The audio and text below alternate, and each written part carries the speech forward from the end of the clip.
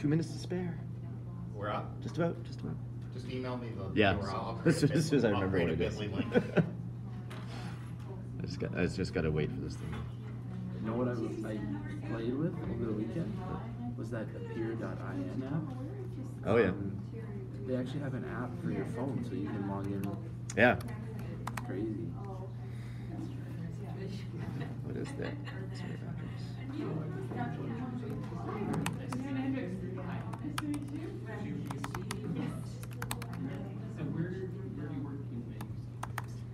So I just started a position as deputy director of the continuing. Oh, okay. But I also teach law.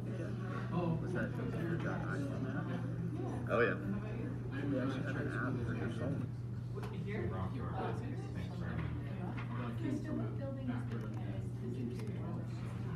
background is actually as a music teacher, so. You're going to Laura's thing later today? Cool. Is that this afternoon? Yeah. Just after lunch, you might be busy. 1:30. Yeah, I've got a meeting until afternoon. That's the downside of having an event dinner with this. So Yes. because I'm traveling, I have nothing else to do. Yeah. But I don't have meetings. Yeah, that's right. You just do the whole thing. Yeah. But I find that when there are conferences at UC or everywhere, I can't just figure out. Yeah. You get called to something. Yeah. Catherine, she's our new director for our center teaching leader. She's coming later this morning. I was a teaching fellow with her last year. No, I'm not. I just started in July. Okay, well, she just started here in August.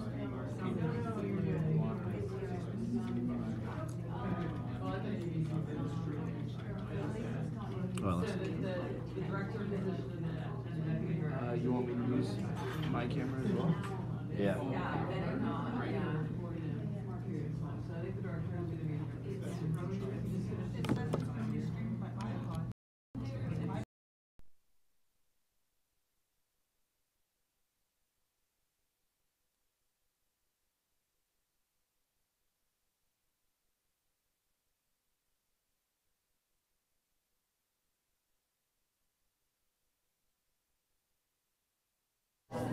I mean, it went through something like that. Somebody said there's the audience, so just within our, it's a different. Players in the audience.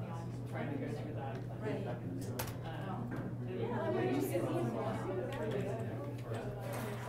I was very pleased because of my background in arts education, I volunteered to do visual arts and theater.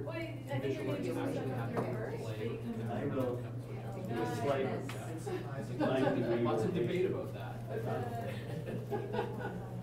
This is a non-specific audience. Some hours, Airbnb, I use it all the time. Right, willing to rent, makes things so much cheaper. We just did that trial. Netflix And I spent 3 days in a conference there, and that was like 3 times what I spent in the Airbnb for a whole week. It's like crazy. You don't have to pay for the conference, right? Like plus you kind of get more immersed in the place that you're visiting. You're in the neighborhood, you're not in that hotel with the tourists and stuff. Yeah, yeah. It is pretty cool. It's not. Chilly. Alright, there we are. All monitored.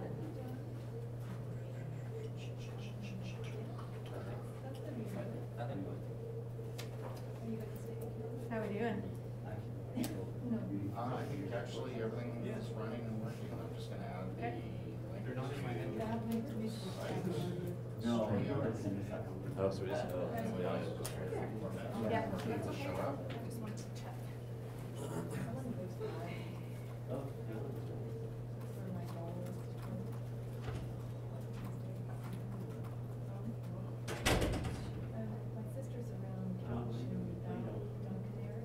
It's a thing right now. Okay, you're not supposed to be okay. Yeah, we play it. I can't. This is home base audio. It's insulting to the kids. That's right. Yeah.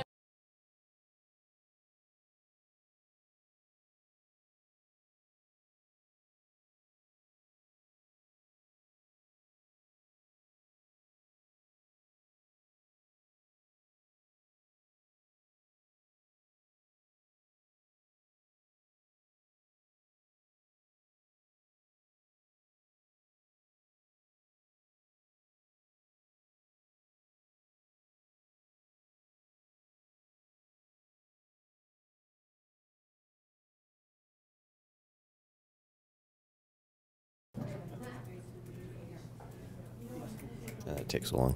Test, test, test. Oh yeah, that was working. Tap it. Yeah. That's working.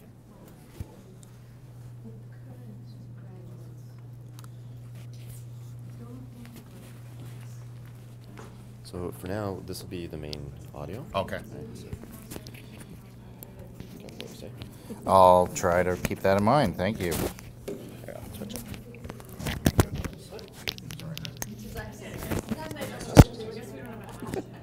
We do. CITO It's a long 17. delay. What is it? CITO for Creativity in the Open 17. CITO. Yeah. It's not Thanks, widely buddy. used at this moment in time. Well, I know, there's not that many of us. That's why we took it. Yeah, when you get up to somebody, just kind of lean a little bit. Okay, I'll try. Hey, you guys.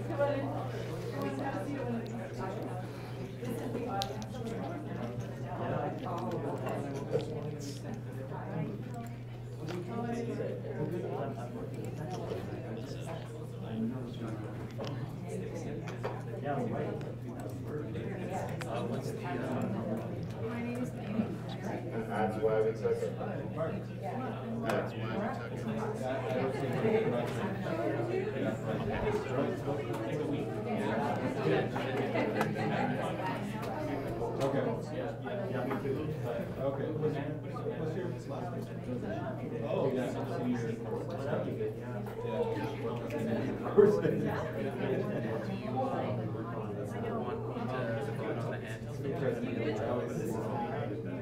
Because my job is to build courses on the so like I always see like we have the same name. So I'm always like wondering who these people are.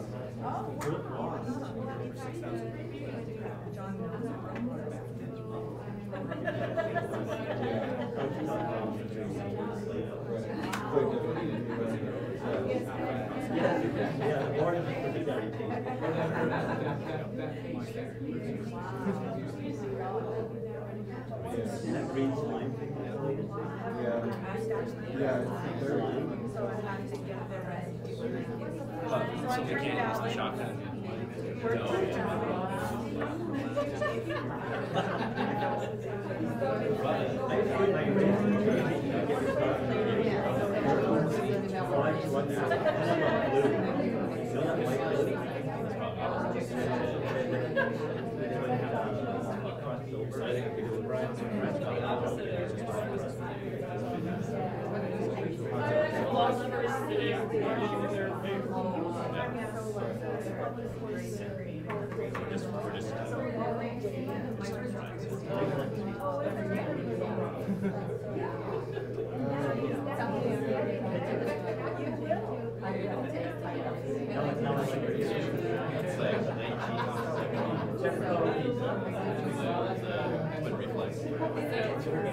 The thing that's on it, you just kind of DIY that, or is it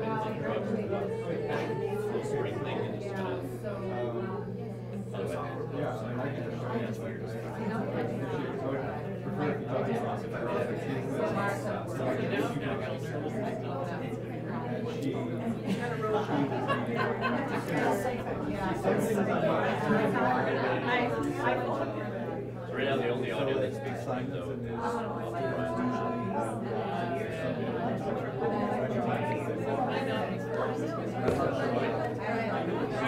Hi. Yeah, you don't have to be first. A what? Oh. Yeah. You could just refuse to speak too.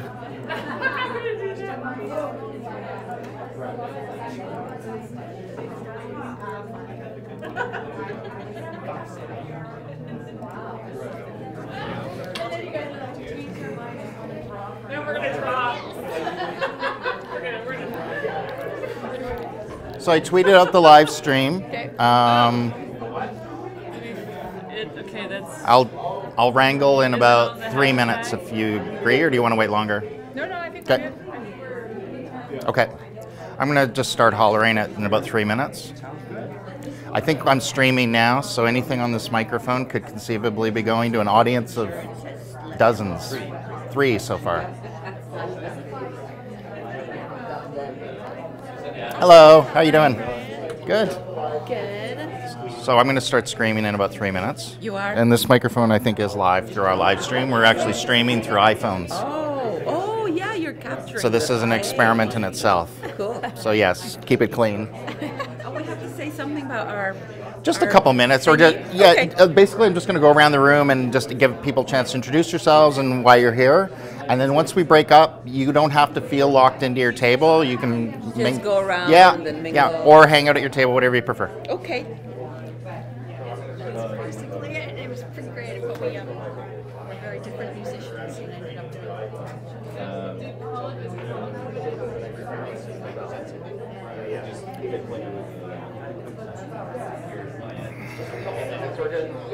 Basically, I'm just going to go around the room and just to give people a chance to introduce yourselves and why you're here.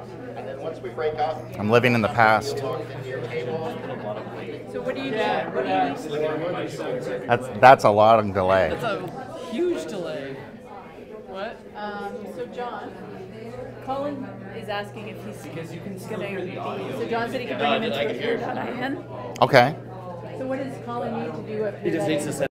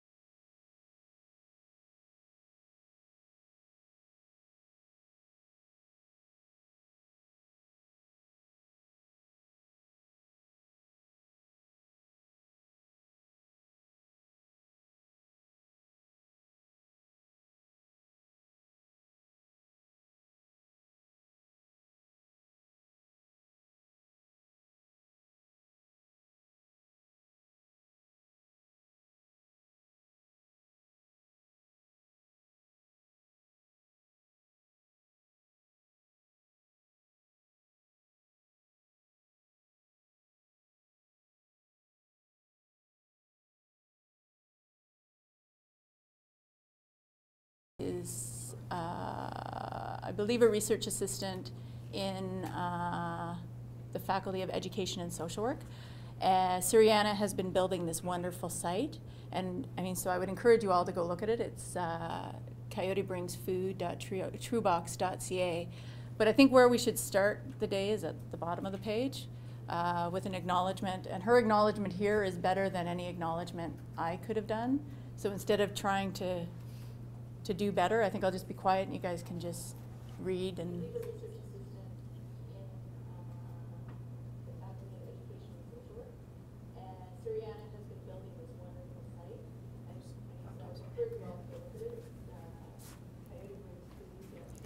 Sorry. But I think where we should start today. Oh. Sorry, I thought I killed it. That's okay. So with that, and I think, and even when I read this, I think it feeds into what we're doing here, which is this idea that sharing knowledge, teaching, learning, you know, the way so much of what we do it is in classrooms and in boxes, but it wasn't always that way, and it can be not that way again. And so let's make it not that way, and let's look for the ways that we can do things creatively and differently, and honestly better than we've done it before. So yeah, so that's what I hope we do over these next 2 days. Thanks, Tanya. So before I throw to the people in the room, just a quick preview of some of the things that are happening over the next couple days. So we're going to be here till 10:30. We're going to take a half-hour break. And then Catherine Dischke-Hansel, who is our new director of the Center for Excellence in Learning and Teaching, will be doing a session on creativity in place. That'll be in this space. This afternoon at the Alpine Room in the Campus Activities Center, Laura, who we'll be introducing you to in a moment, will be doing a session that I have no idea what to expect. I know a lot of musical instruments are involved. At 1:30, and then after that, Creativity, Innovation, and Lego by Andrew Fergus will be happening in the same space, Campus Activity Center, this afternoon. Tomorrow, an online session, so not in any particular place, although we'll be set up at the Trusu Boardroom in the Campus Activity Center, and Christina and Rajiv, who are here, will be doing, again, something that I really have no idea what to expect. And then to finish things off, we'll actually be doing an electronic music jam, and no musical abilities or equipment is required. We'll have that set up for you. And hopefully that'll just be a fun way to wrap things up.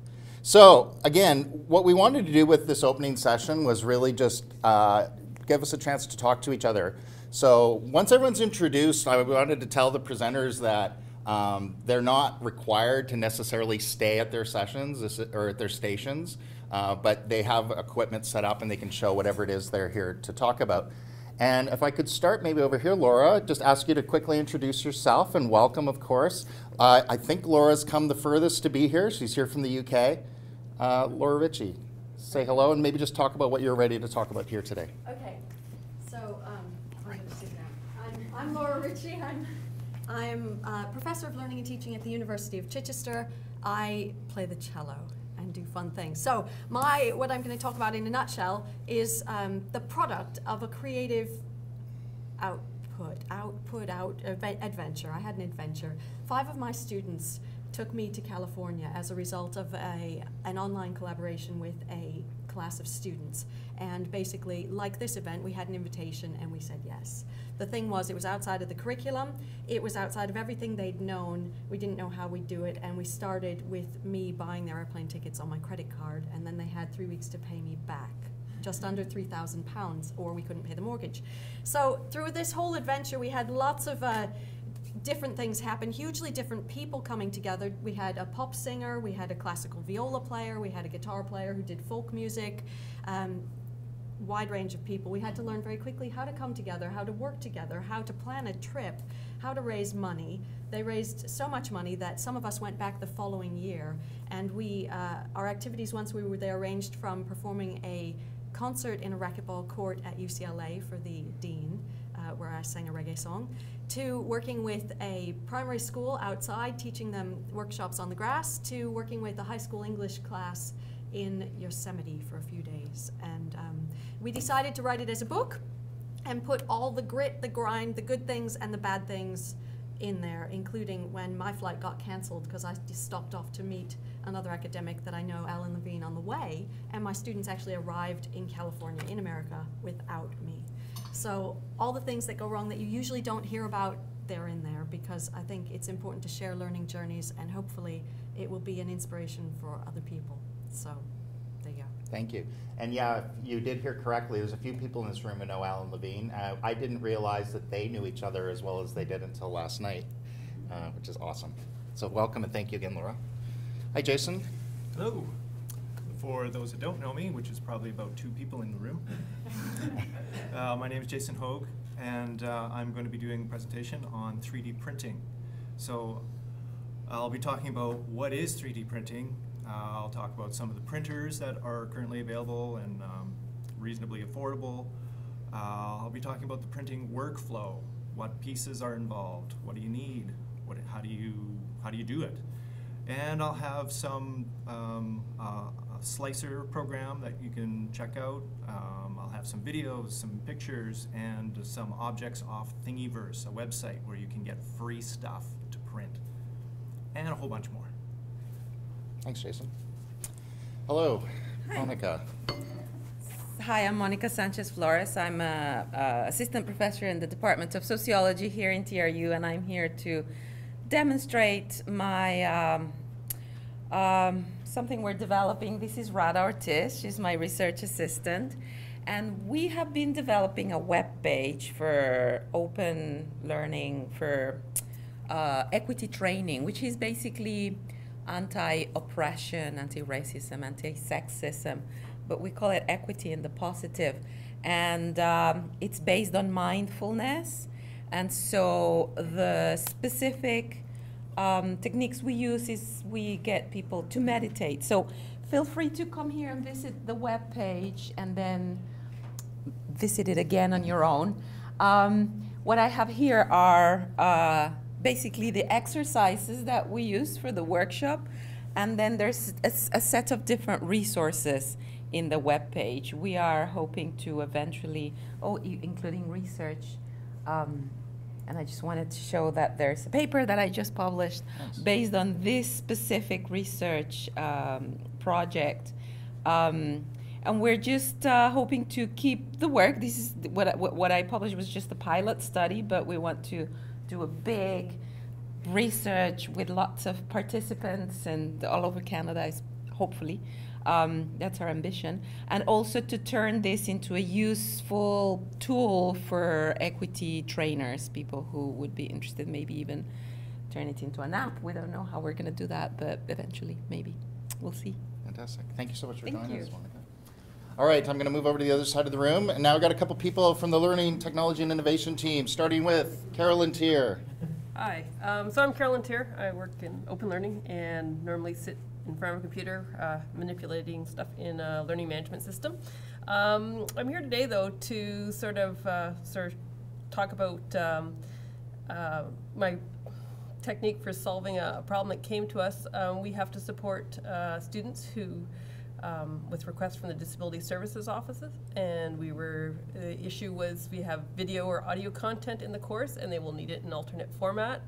How do we support that? You know, some things like on YouTube there are auto captioning in there, but they're not of highest quality, so if you actually look at the text, it really starts to diverge from what they're actually saying. So how do we support our students with that? And so what I was looking for was a process where I could grab auto-translated text off, say, YouTube, get it to a different format so we could edit it, and then, again, bring a higher quality transcript to our students. So it's just showcasing how I use Excel for a lot of hacks with text to get things up, how I've hacked sort of bouncing things through YouTube to get translations where there weren't translations or captions, and just to solve that particular problem that comes up quite often.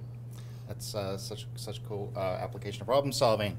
Speaking of which, hi Nicole. Hi, I am Nicole Singular, and I'm an e-learning support technician in production here in Open Learning, and I'm going to be talking about an open textbook we're currently working on for English 1101 composition, which happens to be our largest course currently. So I personally think it's a great candidate for an open textbook because it'll affect a lot of students. And it's basically just adding interactivity to an online course, especially through WordPress, and the whole process of that, and adding 100 of these activities to this course.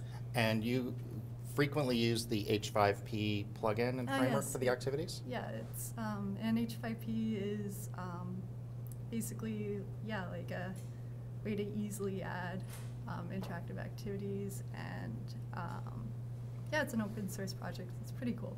So I haven't looked at all. How many activities did you build? I think 106 in total. I have not looked at all 106 activities, but I have randomly checked them out, and you've done such a great job pulling this stuff out and making this website come to life. So thank you so much for sharing that with us today. Rajiv, we decided you didn't come here often enough, so thanks for coming again. And what are you going to share with us in this session? So a couple of things. So this is perfect placement. So I firmly believe that the next phase of the open education movement is going to involve a lot more collaboration, fewer sort of single team projects, and more inter-institutional work.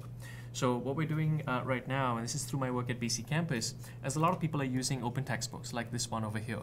But we wanted to connect educators at different institutions within the same discipline. And one of the tools we're using is a lovely open source social annotation tool, which is a plugin for the Google Chrome browser called Hypothesis. And Hypothesis is great because you can do annotations of web pages like the pages in an open textbook on the public web. But for this particular case, we wanted faculty, educators who are working in the same discipline, to be able to flag errors, to note areas that need revision, to share pedagogical resources. And so we've set up a closed Hypothesis group where people are doing this, and I'll show you how this works. But what's even cooler is we're using an experimental version of Hypothesis, which has allowed us to pre-populate the list of tags. So instead of just annotations, we can tag the annotations in a way that is automatically selected for errors and revisions and so on. So I'll show you that tool. Thanks so much. I'm going to come back to you in a minute, John. Another visitor from Vancouver. Hey, Christina. How you doing? Hi. I'm Christina Hendricks. I teach philosophy at the University of British Columbia in Vancouver, and I'm also the Deputy Academic Director of the Center for Teaching and Learning there. So what I'm going to talk about, I don't have a whole lot to show, but about 2 years ago, I was trying to do an open textbook. We've got a theme going here. An open textbook in philosophy for introduction to philosophy courses. And BC Campus had a program to develop new open textbooks, but they had done all of theirs at the time. So I was a little bit too late for that. So I was looking around trying to figure out, how am I going to do an open textbook? I have no money. I have no, people to help me. I'm not going to do it by myself. And fortunately, along the way, the Rebus Foundation was created with some grant fund by Hugh McGuire, who also runs Pressbooks. And he came to me and said, okay, I know you want to do this open textbook in philosophy. Here's the idea. So what we're doing is, I'm the lead editor of the open textbook. We are gathering part editors. So this is an open textbook for a first-year course. So there are about 6 or 8 parts. We've got things like ethics, aesthetics, social and political philosophy, metaphysics, logic, philosophy of mind. We're not done. There's going to be a few more. So it's taken us a while to get all the people who are going to be editors for those parts. Now, those people are searching for authors for each of their parts. So there may be up to 10 authors in each part. So I knew I couldn't write the whole thing. So basically what we're having is a whole bunch of people. I don't even know how many people. So there's at least 8 or 10 part editors, and each of those is going to have probably 8 or 10 authors. So there could be 100 people in this open textbook. It's very much an experiment. I think it's going to be really good because our part editors are fantastic and our authors so far are fantastic. But it's a bit of a huge project that kind of scares me. But we'll see how it comes out. Yeah. Thanks so much. Okay, so at this point, we do have Colin. Excellent. So let's see if we can tap Colin in. Hey, Colin, can you hear us? Your microphone is still muted. Yeah, Colin, your microphone is muted if you can hear us.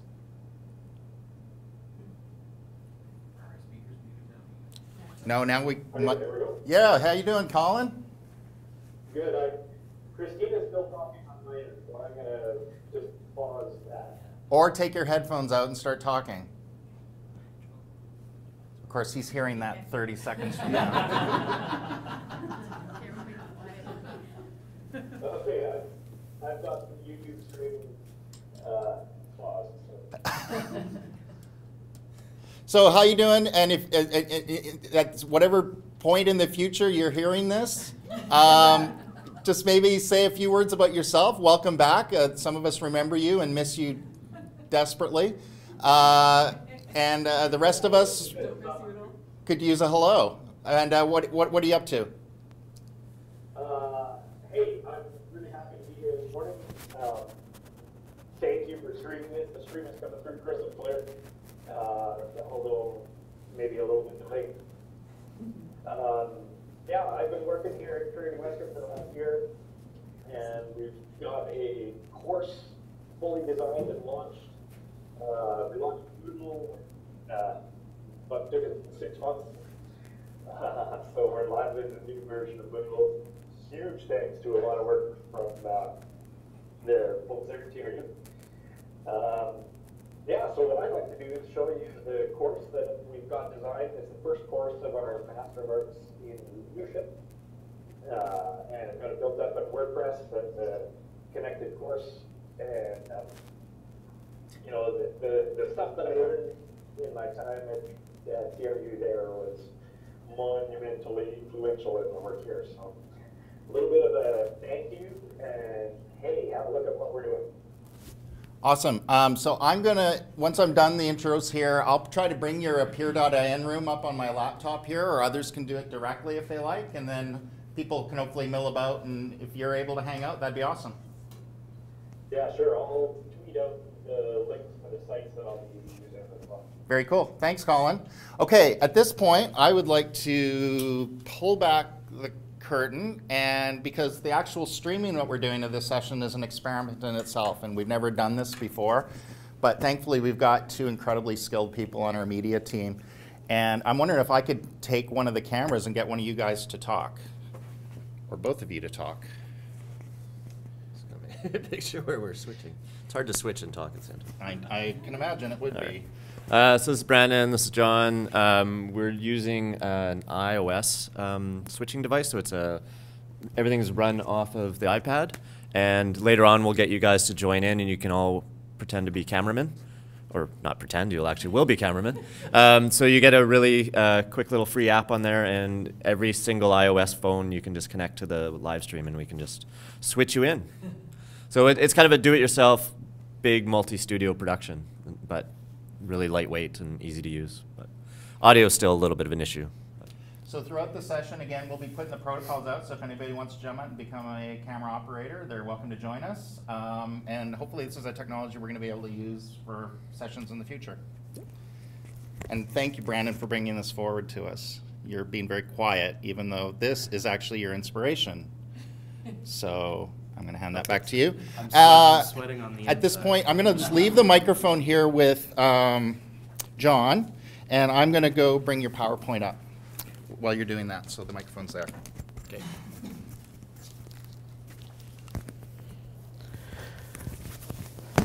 So my name's John Churchley. I'm chair of the School of Education, and I'm an arts educator. I was the former principal of BD School of the Arts, which is an arts integration school. And in the new K-12 curriculum, we have some competencies, and one of those is creative thinking. So in the School of Education, we are really committed to teaching our teacher candidates about how to teach creativity. And of course, as an arts educator, that's kind of my thing. So what I want to offer for the next 5 minutes or 3 minutes or whatever is just a couple of slides on what I call a pedagogy of creativity. And this is something I've created. So there's no book, there's no academic references for this one. So we can just go right ahead. So the first thing in a pedagogy of creativity is risk-taking, and I'm really glad that was brought up earlier, because it is all about risk-taking. And so when we're teaching creativity, or we're trying to inspire students to be creative, we need to have a safe environment for risk-taking. So we need to have it safe. So if you look in this photo, the little girl is definitely being a risk-taker, and so there's some hands there, right? So there's actually that is her little safety net, and there's actually some research some psychologists have done in terms of having a safety net makes the difference between fear and excitement when you're taking risks. And so those people who are high risk takers actually have a sense of safety net, whether it's their own skill set or whether it's someone else helping. The other thing is that actually the little girl could be also saying, no, I don't need your help. So, but that's my interpretation of that. And the other thing is we need to model risk taking. So not only do we want to have students take risks, we need instructors to model risk taking. So that means taking a risk in front of your class and doing something different that might bomb. and that's okay, and being explicit about it. And the same thing goes for administration. I used to be assistant superintendent of the school district. I took risks in front of my principals to model to them that you need to model risk-taking in order for other people to feel safe doing it. So that is absolutely key. The next thing is, and I'm borrowing Ken Robinson's definitions of creativity, and he has three pieces. There's imagination, there's creativity, and innovation.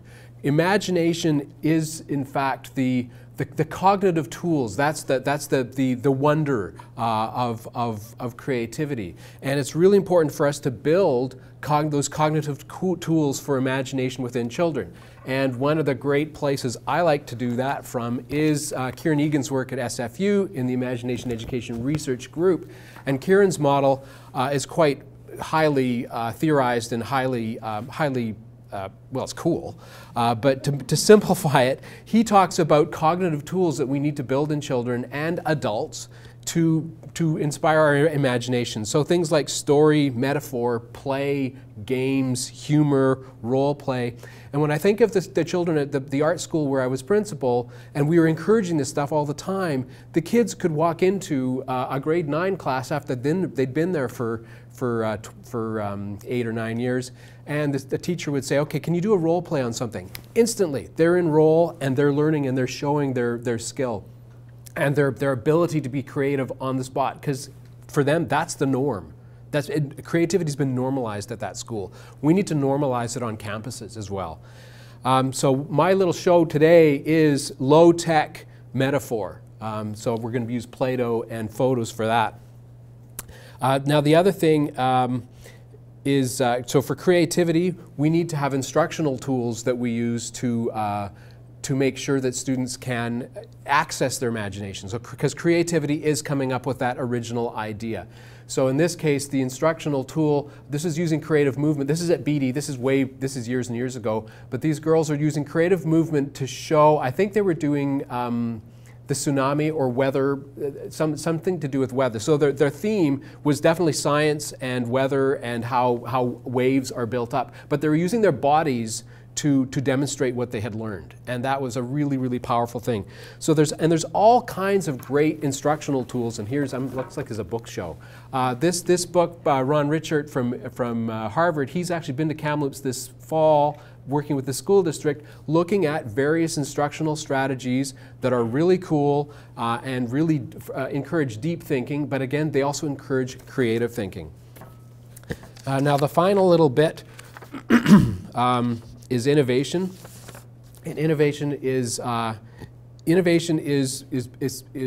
the application of creativity. So we need to always be examining what we do and being reflective about it to see whether what we do actually is worthwhile. This final slide, though, is my argument is that in the academy we need to reframe scholarly teaching and scholarly work as creative work, because even the most positivist researcher is still using creativity to come up with the idea of what is it that they want to research. So creativity needs to become normalized and reframed as that's what the academy is really all about. So that's my little spiel.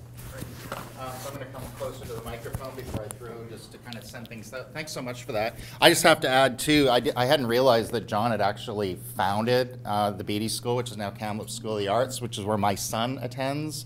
And I can't say enough about what this school has meant to my family over the last few years. So I just wanted to extend my thanks again for the work that happened. It's an amazing place.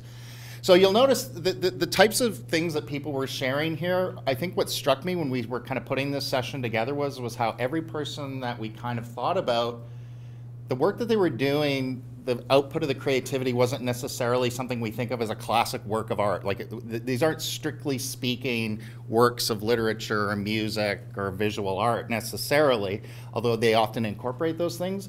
This really struck me that every single person that's here today strikes me as a really interesting example of applying creativity and problem solving in their practice to do kind of more interesting work where they get deeper and more engaged. So I think that's such an incredible thing. I really want to thank everyone who's here to share. Thank you for everyone that's here to chat. And with that, I'm going to kind of close the structured part of the interaction. I think we're going to keep recording for a little while, at least as long as it feels well. In the meantime, I encourage you all to mingle, including the people at tables. You're not confined to your station. And chat with each other, drink coffee, and share your work. And thanks very much. And I'm just going to leave the microphone here for now. Oh, what, oh, okay. Oh, Colin's got an actual presentation. I'm sorry, I didn't realize that. Okay, Colin, you're up. Okay. I'm gonna share my screen here. I think.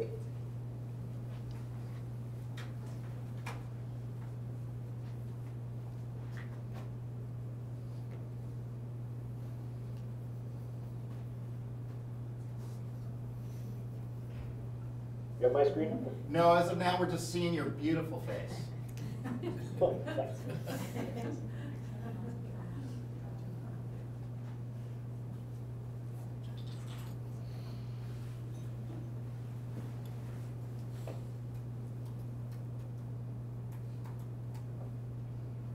I'm missing something somewhere.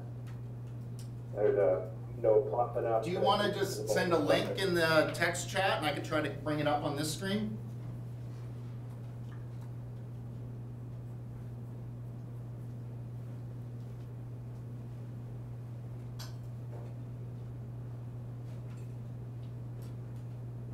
So that's the screen you're on now.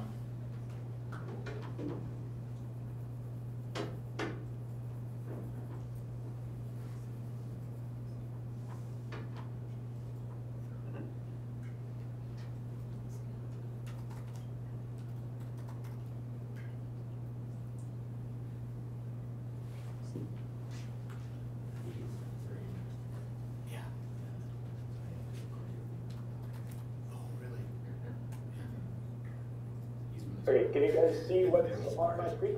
No, just seeing you. Just see. Pause, I still get it figured out.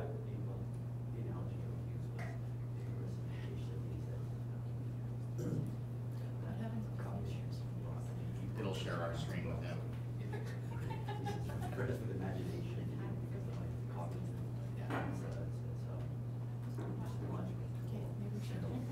Okay, we're going to move along, Colin. If you get it working, then we'll throw back to you. So yeah, mingle, folks, grab some coffee, and thanks for coming.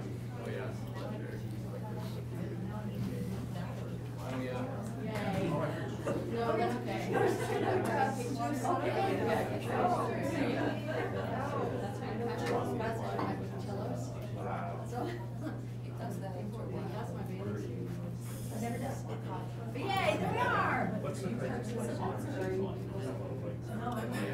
I mean, those are hard to get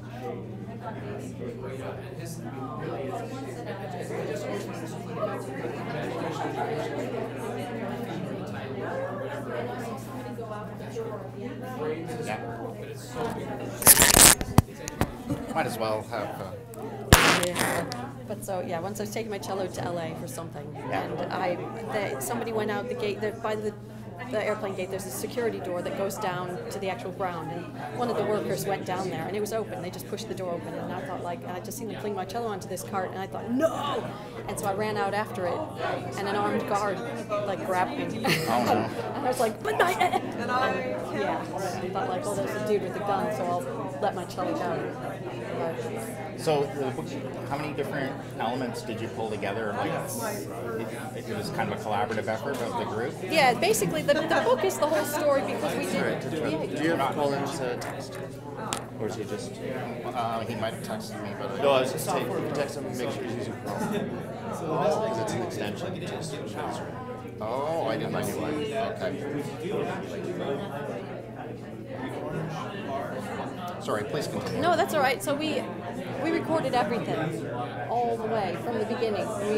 We either voice recorded, video recorded, or we had GoPros, and then we, at the end, somebody had said halfway through, we had a Slack channel, we're writing all this stuff, and I showed it to somebody at one point, just scrolled through, and I said, you know, we've got 50,000 words of conversations here, and we've gone through so much together, and they said, that's a book. I was like, really? And then I said, like, hey guys, should we tell the story? And they were like, yeah, let's tell the story. We'll totally tell the story. And so we just wrote it down. But it was like so it's not a book like a how-to book. It's just it's like a novel, but it's actually a story. Or a travelogue. It is. So the students wrote like 10,000 words of it, and it's their words that we recorded and then transcribed. So this was in my back garden before we had a meal together beforehand. You know, we'd spent and my cello and its packing, and then they got to LA before me because so they were in the canteen at UCLA, but they had to pitch tents. They were so unhappy. And there's Alan, I was meeting him, and we were playing, like, jamming and talking stuff. And then I got to the airport in Arizona, and that happened. And it was basically a huge storm. Wow. A flash storm. That's a crazy. And then they canceled it. Everything broke. But so I was really happy when I actually had a seat for my cello that time. And I got to my students. But we had these 5 students. Some of them had never been out of the country, and they'd never seen a beach. Wow. They'd never, so the one girl on the airplane, she'd never seen clouds from above, and all these sorts of actual life moments. And then there was our concert, setting up our concert in the racquetball court. But we had to figure out, how do you work together? And the thing is, when I sang my song with them, we made a band, and I sang a song with them. I was not the most talented or accomplished performer in the group, so they had to teach me. So as well, the whole thing of what's it like to be a learner, you know. And John saying, you got to model this stuff and fail. That's kind of what I totally. I was the failure, and they helped me. So, and then when you get to Yosemite, even though it was like that was amazing. So, and that was Ken, who was the dean at UCLA. Okay. And his friend drove us to Yosemite. He's like, I got a big van. You can just come in my van. How far was that? 7 hours. Yeah, I was thinking that's a drive. It was amazing. And he's like, yeah, I'll just turn around and go back.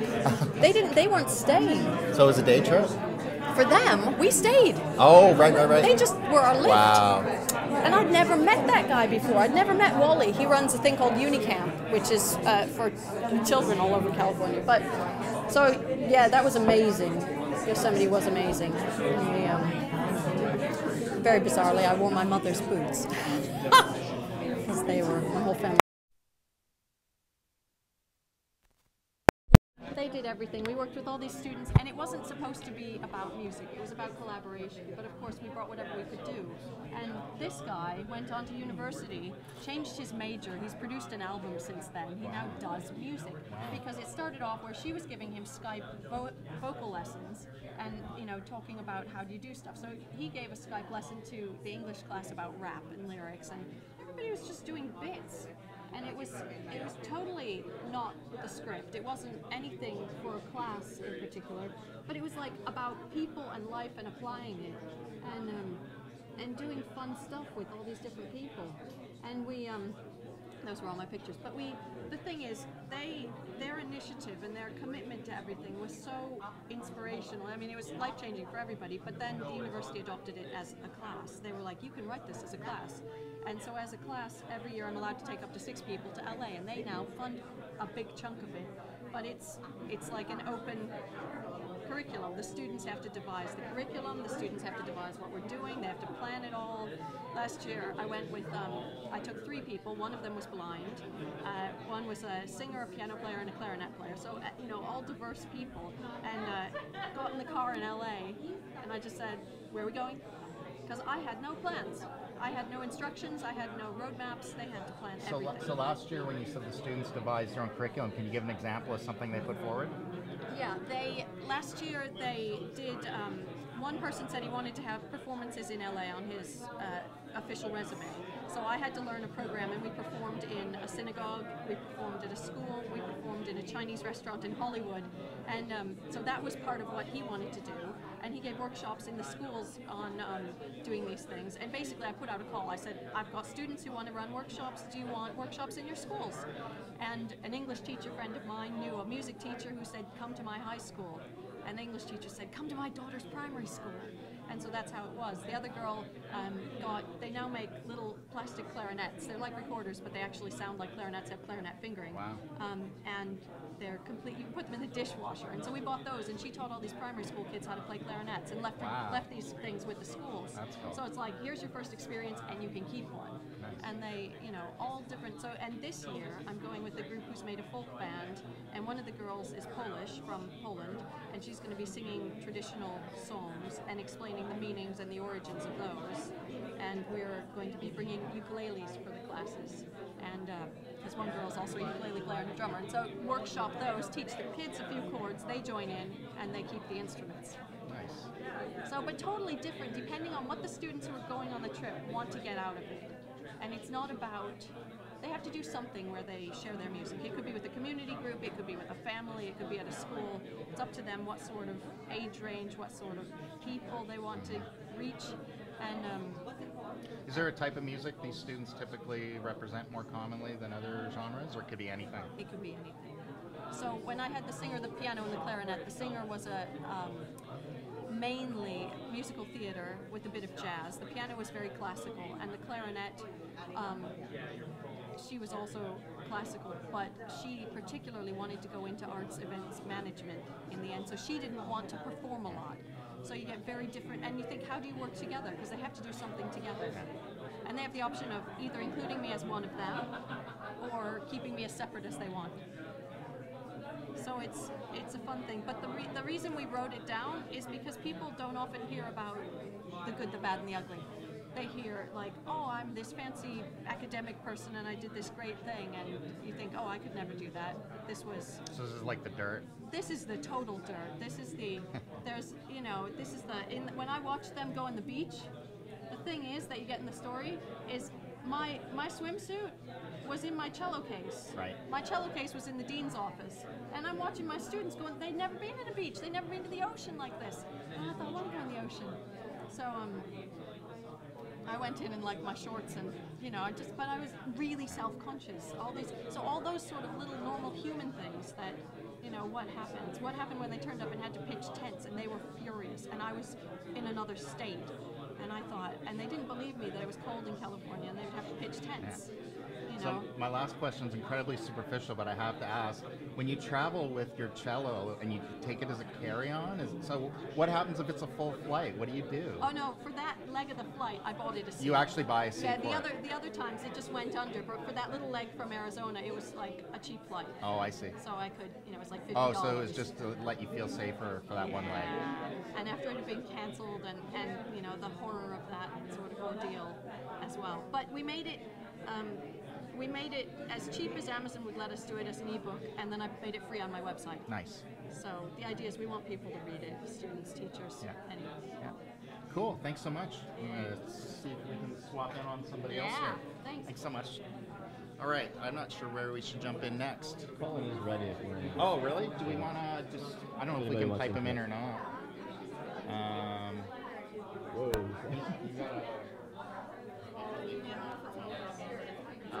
And they want to do data gathering. I'm just going to wander. They could print out all the pieces for their weather station, add the electronics, download pre-written software for an Arduino, hook it all up, put it outside and start gathering data.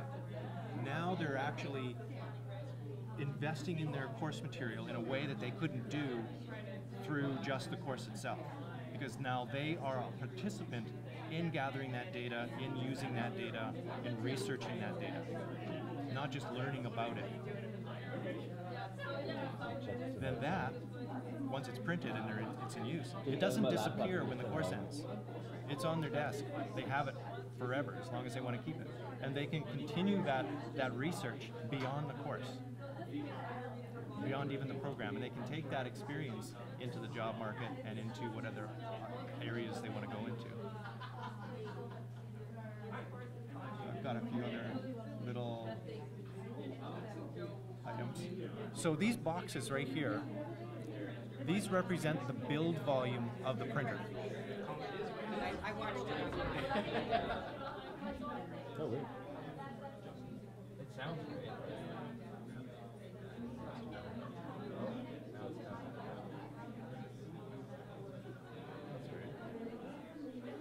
No, it That sounds good. It That's sounds good. really good. Yeah. Cool. Okay, you are preview. You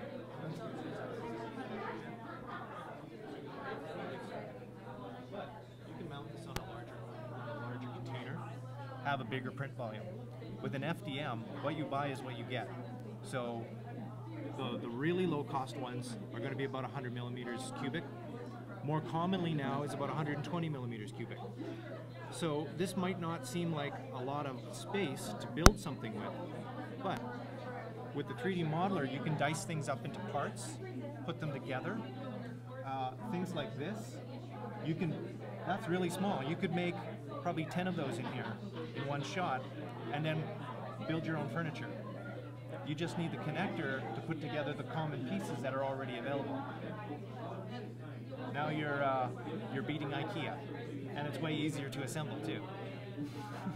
No instructions necessary. So here's another one that I really want to show. Actually, we're going to do this one as a video. Oh, where's my cursor? Cursor.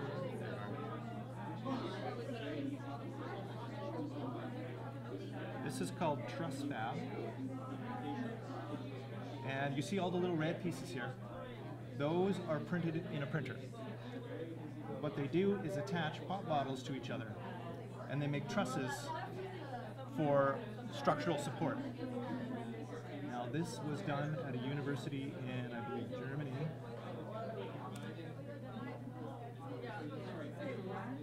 So this is strong enough to hold her with no problem. In fact, I think they rated this one at over 210 kilograms for support. So they made a bridge. So they just, the screw mechanism is part of the print, and then you assemble it in the way that you need. They created this CAD program to build using two different sizes of bottles. So as they click the bottles, it'll change size. So they can adjust things. And it'll also model how much weight that it can manage. So it's showing the stresses when this much weight is on there. And then they can generate the files for those connectors and assemble it.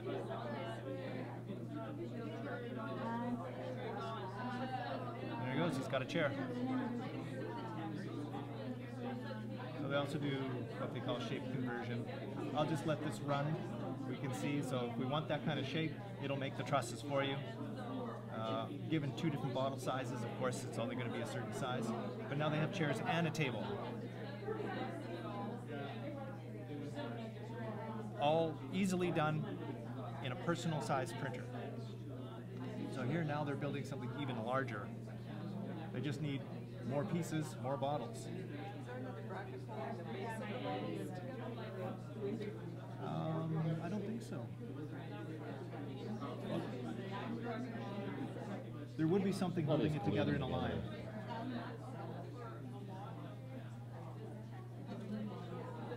Yeah, I mean the butts themselves. Yeah, that would be a corner of the truss that would connect to multiple things. So that'd make a boat too.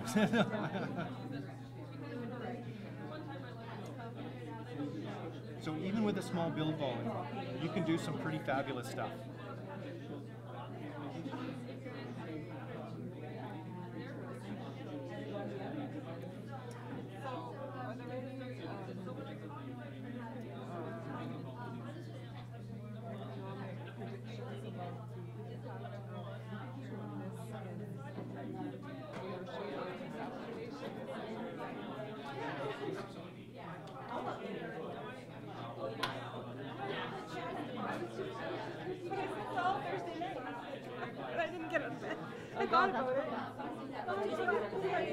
Yeah, I've just pasted it. Yeah, I've just pasted it twice. It's designed to be like, okay. Yeah, but then so to solve that though, because I have now everything in twice, but now it has numbers. The spreadsheets love numbers. So you can have one number and one. So what I'm going to do is I'm going to select everything I have here, and I'm going to go to my data, and now I'm going to ask to sort it on that first column. I don't have any headers. I said, okay, sort column A from order, in it's going to be A to Z or numerical order. And now I've just sorted it. Oh, they have to remember everything. Your metaphor for how are you? How are you? I'm well. Got a bit of a backache. Oh, good. It's awesome. It says it tells you that you're on preview. Yeah, yeah. So it told me I'm on preview now. I'm not active. So I knew he wanted me. So then Oh no, I was just giving you a break. Oh, or whatever. So yeah, it's actually you got it on backwards. So It's actually left hand. It's a weird left-handed one. Yeah. I didn't notice. I know. Is this battery pack for the mic? Nope. This is just an old Vivitar thing I used to use in my dual lens reflex, and then I'd have the flash up in the top there, and I had it remotely triggered, and then so it'd be off camera a little bit, like a news press, right? So you know what is the only thing that's missing for this is like 2 more cold shoe mounts, one for like a little LED light and one for Yeah, an well, like external this, battery. we can put here, and you can push the phone over, and then put there, and then there's still a mount there too. That's true. Yeah, like it'd be nice if you had an LED light up there somewhere and a battery to plug Yeah, the there's a phone battery. into. For the microphone. Yeah, you're good. Just for the microphone.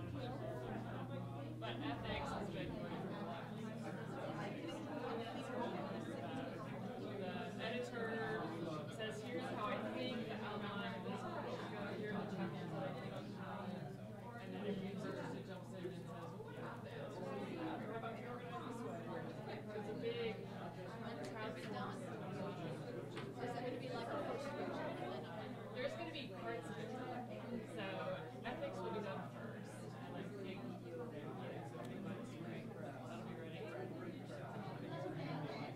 And then the other parts, maybe we'll have a couple more this summer. By the time I'm all finished, then it's going to. If I was doing it by myself,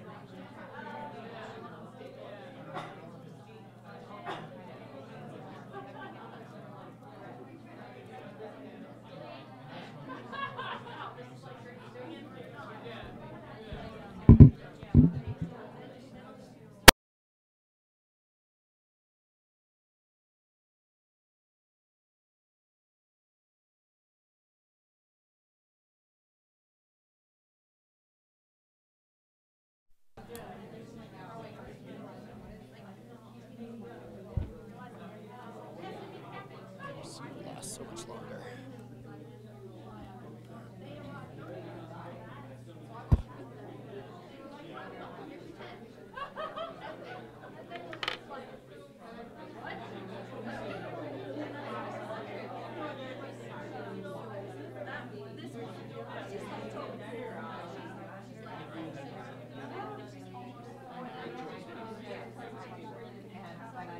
But I don't know if you know David Jardine out of Yes, that name's really familiar. Yeah. Yeah, he was amazing.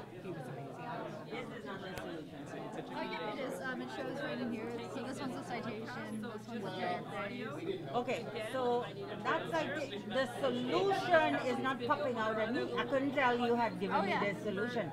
So how this red is your answer and this one is the right answer. It couldn't go in a box too with a different color that really just pops out. Unfortunately, we don't have control over that. But you see what I say? Yeah, like you hit solution, I didn't. My eyes couldn't tell the solution was it because the blue color is popping out at me. The solution is not popping out at me. Yeah. So,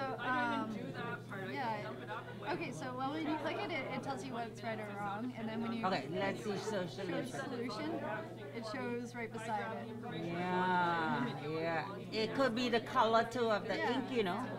Could it be blue or something so different from the black? I think it's because it's that dark green is not showing up that much. Yeah, I see what you mean. Fortunately, we don't have control over that, but we could put it on a different line. So it could be like a little blank area that you could type in, and then like kind of a line underneath it. It could say citation. Something where it shows up. Yeah. Or another way. Or couldn't when we do the solution, we see the whole thing written with it in the right place. We could do that. But I mean, I don't want to make you do a lot of work, but no. What we could do is add a toggle underneath, and that says the answers. That look, see, so I get it right there. My eyes, I'm just being a student. And I want the answer to just, I should put this, and then I should put that, and this, and that. We could easily add that in. So leave it as is, but maybe also add in the four answers in order, and then... In case they're having an issue finding. Yeah, they would have noticed. Definitely. Okay, so that's great. So you go into your next one, and it'll give you a bit of information about hypothesis in general? No, I missed that e-tech session, I'm afraid. So, I mean, Hypothesis is just a social annotation app. So you can take any page on the public web, any document, and you can annotate it. So other people can see your annotations if you want. Use Hypothesis, or is it just for you? No, so other people have to use Hypothesis, the open source extension. But there's different layers. So you can choose to annotate on the completely public web, so anybody can see it. But what we're doing over here is you'll see this is the group we're using. So that's actually a private group, and that's the Psychology Community of Open Education Practitioners. So right now when I've highlighted the word questions and I want to annotate it, I've written an annotation over here. This is a sample annotation. The cool thing about this is we've got people in the same discipline using this same community, so they can communicate with each other. So only members of this educators community can see the annotations on the left. But with the new version, it has this field for tags, and we've been able to pre-populate the list of tags that people can select from. So over here, you can see error or revision or resource are some of the options. There are a few more, but it's as simple as creating a Google document where every line represents a new tag that you want, that you can anticipate will be an application. And then you link that Google Doc to the Hypothesis group. And then you're away. But it's very, very easy to use. And then I should say you can also export all of the annotations and then sort them by the tags that you've applied. But we also want to make sure that, I just have to we should use this, Carolyn, because we have to review our courses, right? Exactly, a good application. Or Blackboard or WordPress, and it's so time-consuming to identify where in the course the mistake is. They won't give us editing ability, but we can annotate, they could go back and even the OLFMs could annotate. You don't have to have these emails going back and forth saying, hey, my students have alerted me to an error. This could just be an annotation. So even the other faculty can see that it's already been flagged by another instructor, for example. So yeah, although it would only be in their shell, so they couldn't. Yes. But you could export it. there's also these clicking ones where So yeah, I mean, you can anticipate other things. For example, for students, you might want to use this if you have, if you're teaching introductory psychology, and I want my students to be able to bring in relevant but up-to-date cultural examples and references, things that I don't know what they're watching or aware of, or what shows they relate to now, but they can bring those in and link to a YouTube clip from whatever show that illustrates a particular psychological phenomenon. So you can use this with students, but we're thinking about this now as an educator's platform as well. Showing the yellow. So like if they click anywhere, you Oh, okay. same thing for here. They have to click Sure. those clicks on here. No, we were talking about it just now, Michelle. She knows it. She knows about it now. Yeah, so she's thinking about that. Yeah. It's very easy to set up, and it's open source. And yeah, I mean, there's some things that maybe it makes sense to be public, but for other things, keep it in the. I think I brought this in the bag. I've got a course that I created in WordPress, and now I need to go back and fix the navigation because the instructions were written before the navigation. Things have changed. So they want me. I've got to do it in the Word document, but I'm not entirely sure I'm getting it all right. You know what I mean? Yeah. And plus, it's just not the same.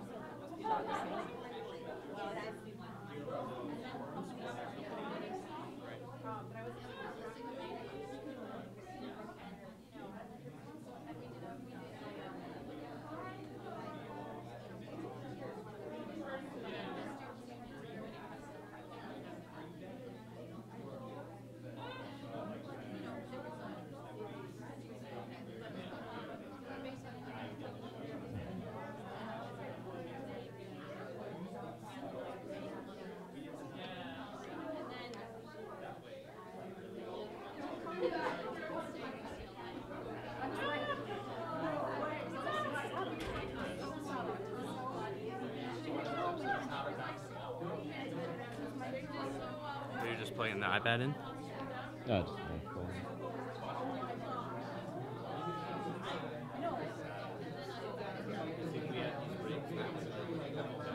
Yeah. The only other thing is, are they recording?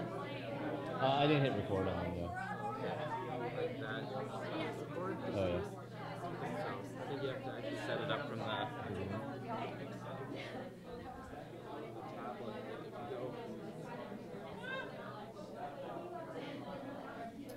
Maybe it's in settings. No, it's.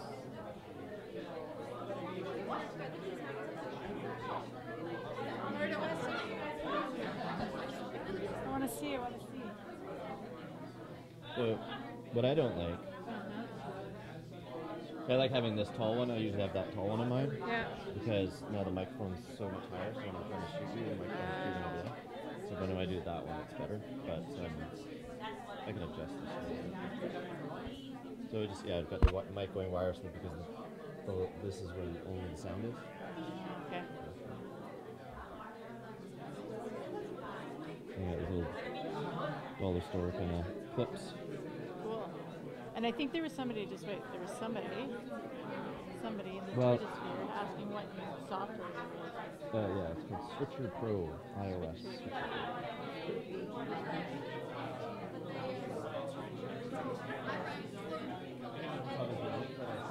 Brian, though, I think I gotta figure out the right way because it starts at the very beginning and it's like being live. Even though it's usually live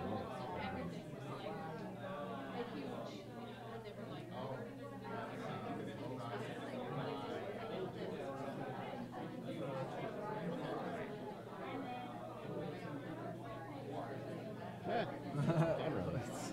Whoops. I'm trying to figure out how, because see, if I go here, it tells me all the storage and stuff. Oh yeah. And like my phone is. I remember seeing that setting. It was. Yeah. I'm almost positive it was on here.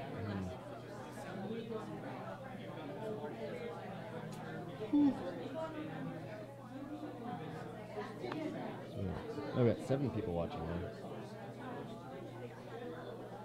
We should, where's the chat?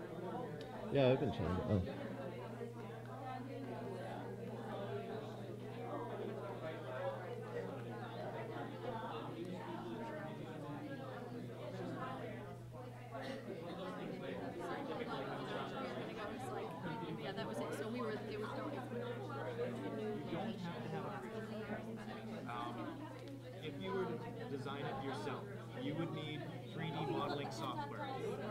create yeah, that that's, object. oh, that's good. Then they can ask you questions.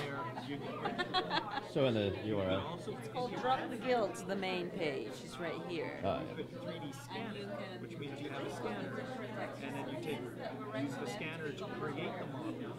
Now you've got a model, and then you can print it. Initial page with a bunch of examples of what this is. This is a little embedded video that explains the difference between equity and equality. Should I click? Sure.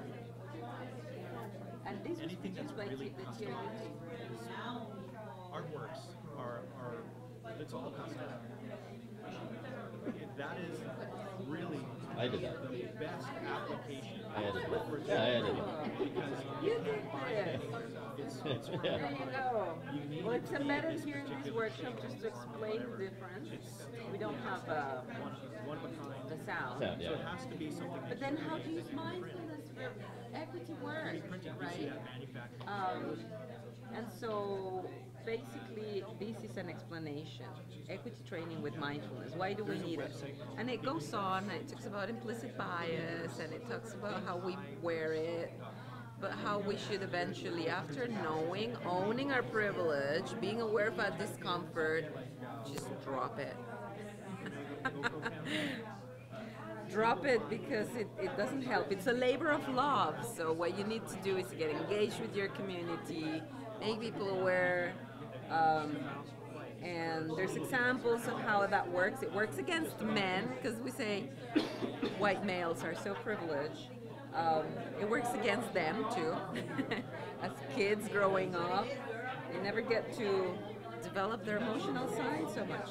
So why drop the guilt and explanation? And then once you get explained all this, it says, click here to start the workshop. And then you go, you know, it's basic, but we're looking at developing. And as I was saying, you go here and you see all the exercises that you can engage in.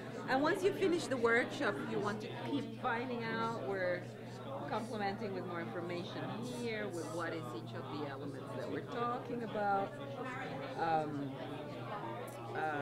Some resources. I got that article I was talking about. I got a link there, and then if you want to know us, here's the leader, and then here's the research assistants. That's Matt, who couldn't be here today, and that's Rada, standing right here.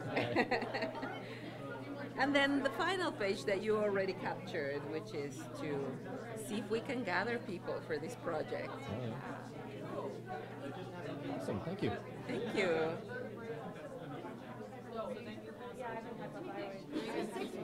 Usually when you're listening, at least what I do, this is a real problem. But when I'm listening, I'm thinking of some other idea over here, some other idea over here, and then my mind is already drifted. Yeah, no, you're triggered by what they're saying. So Yeah, you're yes. having a transcript at all. That's right. I mean, which is great because then it expands your thinking. But it's because I mean, I know in the '90s it used to be everything was about disability. Yeah. You know, and the font size, everything had to be adjustable, and all the works. But I have seen that drop off as well. Yeah. Which is unfortunate. Yeah. You know. So. No, and some of the things because the tech has probably picked it up. There's so much that the end user can do to control certain things. So, how many students don't? So you say that if we've got the transcript, we can do a PDF if we've got a student with disabilities. But how many students don't take courses because they have a disability and they feel like they will not be able to complete it successfully? It just depends. Yeah, it depends on whether they've worked with the Disability Services Office before. You know, I've got my husband's got a nephew in that situation where he hasn't.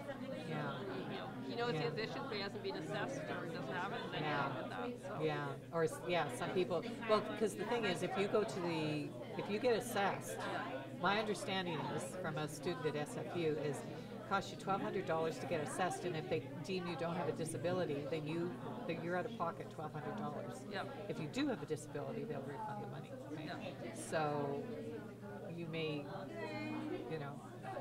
want to get assessed for whatever reason, but some people don't because they don't want to put the $1,200 up front. So I don't have it.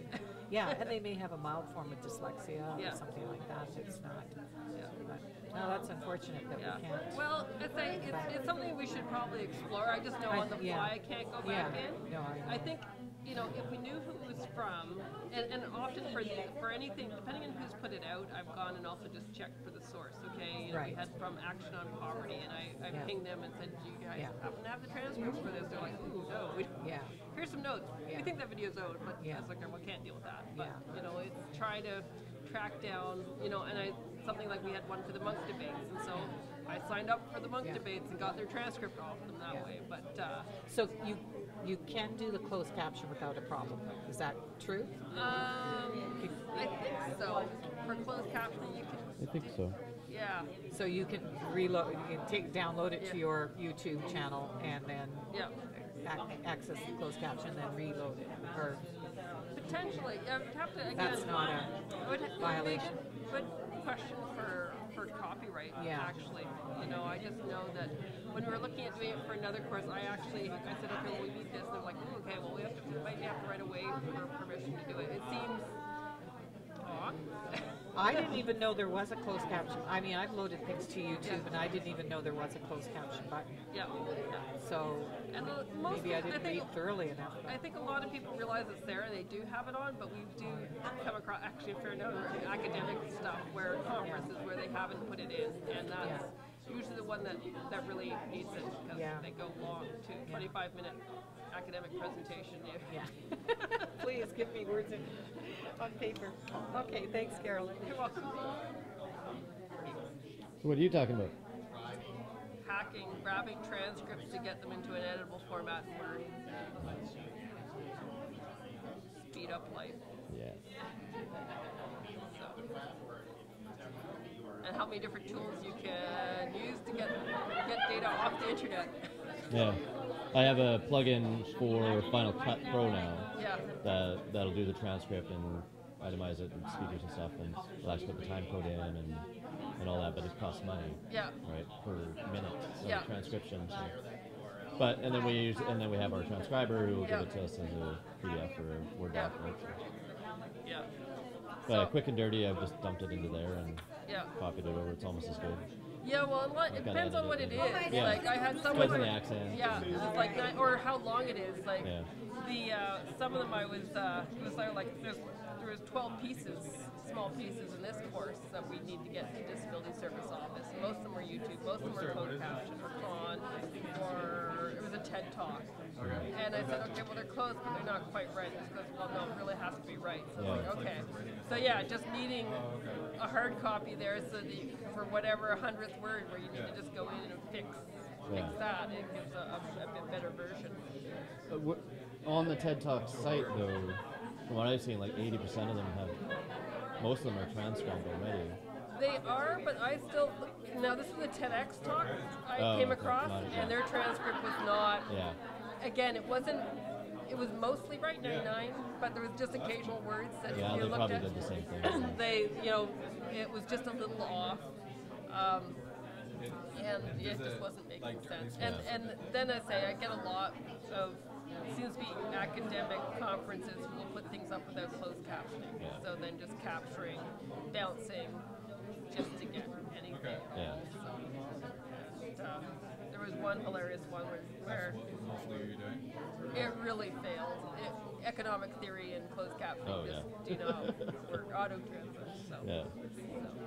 But anyway, trying to see if I could speed things up so a human can use the intelligent part and not just sit there. Because I figure if it's going to cost for someone to do it, I'd rather have them just quickly go through. They can get through more and just get it done faster. So. Yeah, I gotta do one. Today I can't find the original transcripts. Oh yeah. I'm just gonna throw it on YouTube and go through it really quick. I encourage anyone to take a part of it and use it for their own use. Hard at work, people.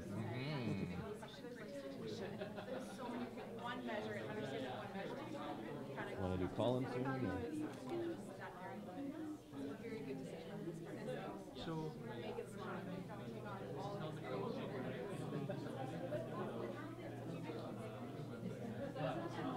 promoting service learning.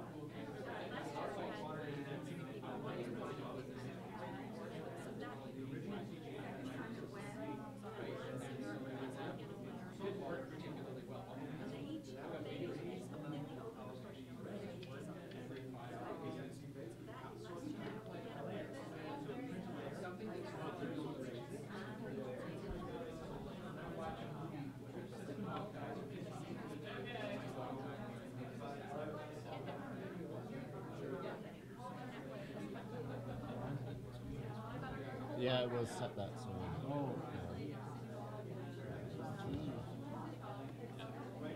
Anyway, I thought it'd just be cool to show people. Do you want me to man the booth, or do you want me to? Yeah, I've just kind of got most people kind of talking about what they were doing, trying to, but. Well, I'm just hanging here in case people want to come and check it out. Yeah, for sure. I'm just gonna grab a little bite to eat. Sure. We don't have any comments except for Colin.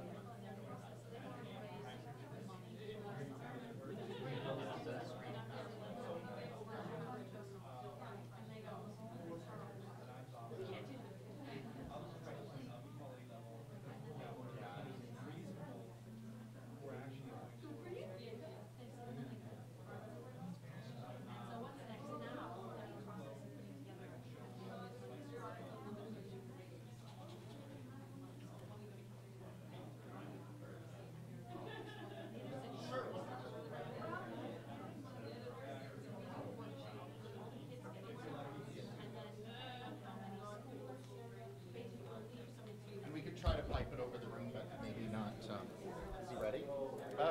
Just text him. Cool. I'm not going to holler at the room because we've only got 5 minutes and people are kind of wandering out anyway. But oh, okay. Well, we I could, thought it went to 11. Sorry. We could pipe it over the thing, and if people Yeah, want to pay attention, that's cool.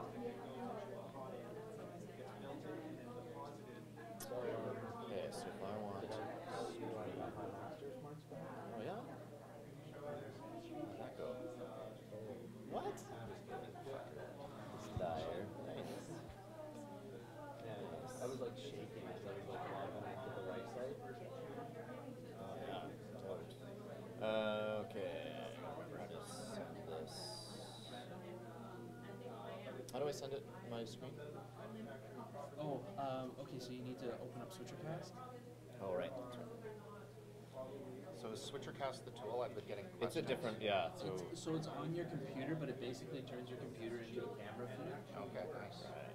Okay, so what's the tool is Switcher, right? Switcher Pro.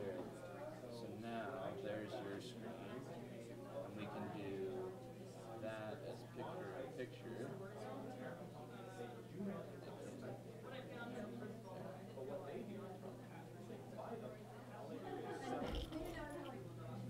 can also do this. Oh, but his audio though. He talks. We'll have to turn the audio on in the room.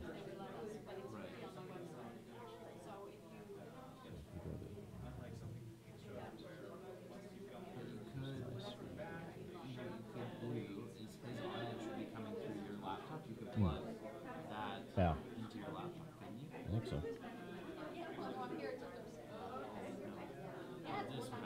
Oh, no, we can't do that now. Oh, yeah, no, we can. Yeah, this. Here. But reversed. Oh, I don't know. Yeah, no, we don't have enough time. Yeah. We were almost on the verge of something very brilliant there.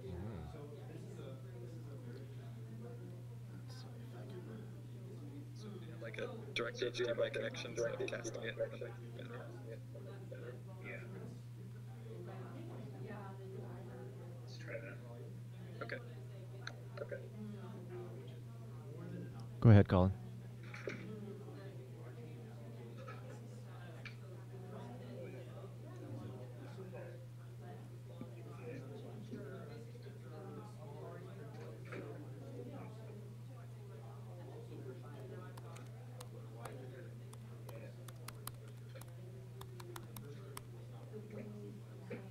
Software are you using on the iPhone?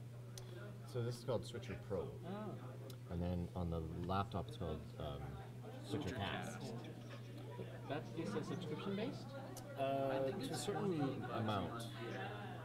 There's a bunch of free, I think you can, it's 30 days or something. Yeah, and you can buy by the year as well. I think it's cheaper.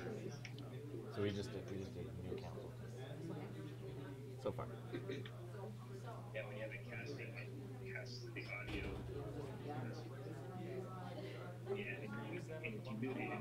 Well, that's supposed to be Colin.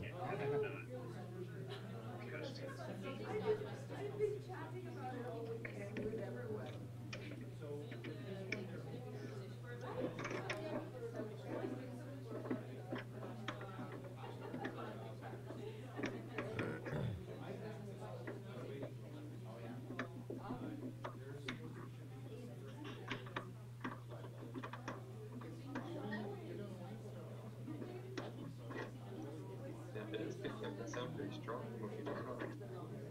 You can hear it.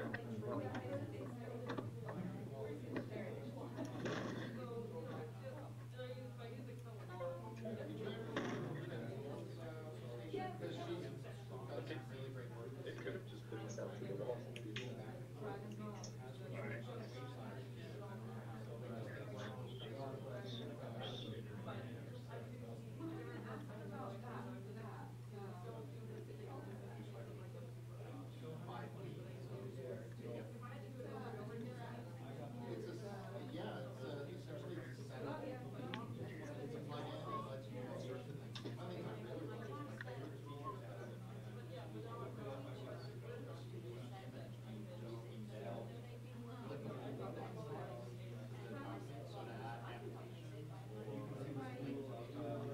Oh wait, we're on the wrong one. That's why.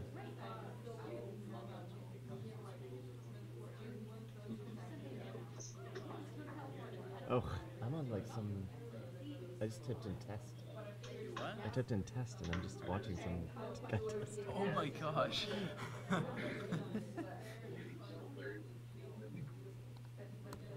That's creepy. That's pretty funny though. There we go.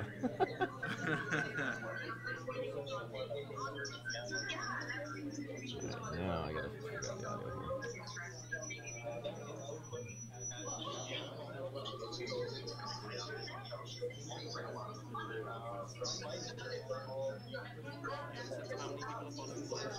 It was about 7.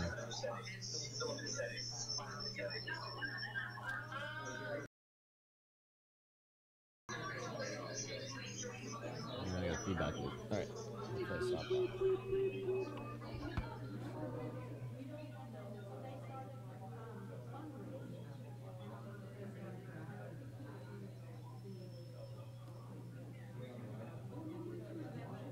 Colin's got his. Oh yeah, this is the film from yesterday.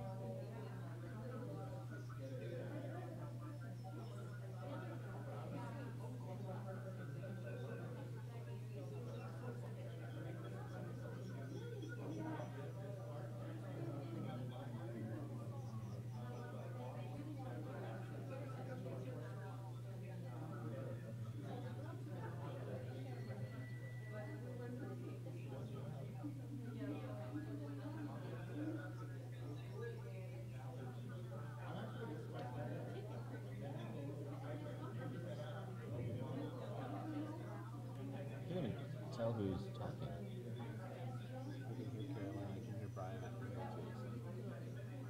They probably almost need to turn off the mic, right? Well, it's all off here. And I can't.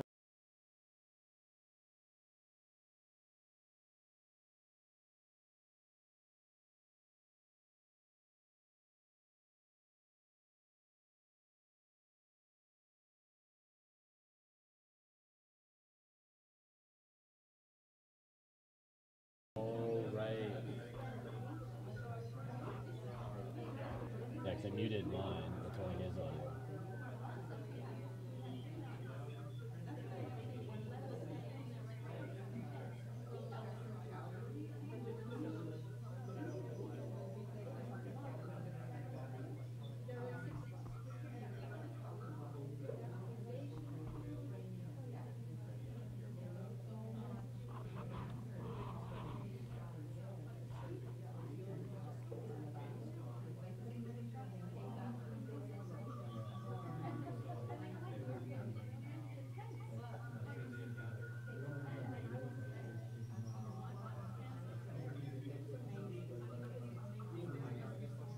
Yeah, that's what he's sending.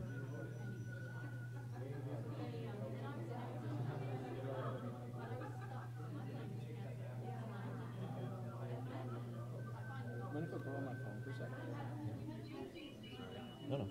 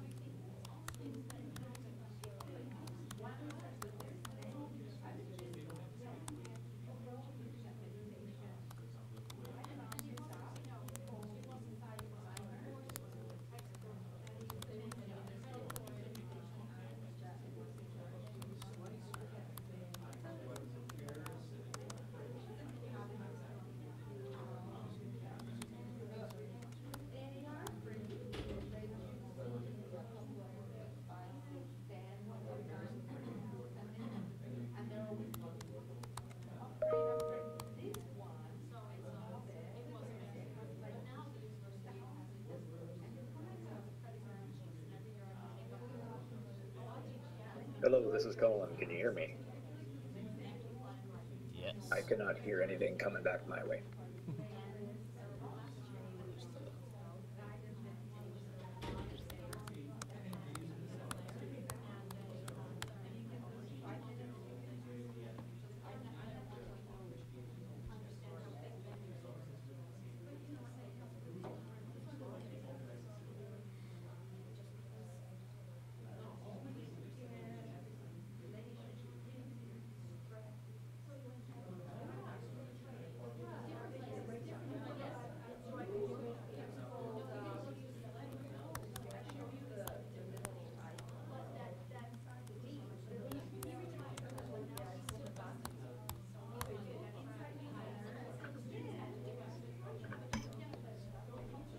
Okay, good morning, everybody.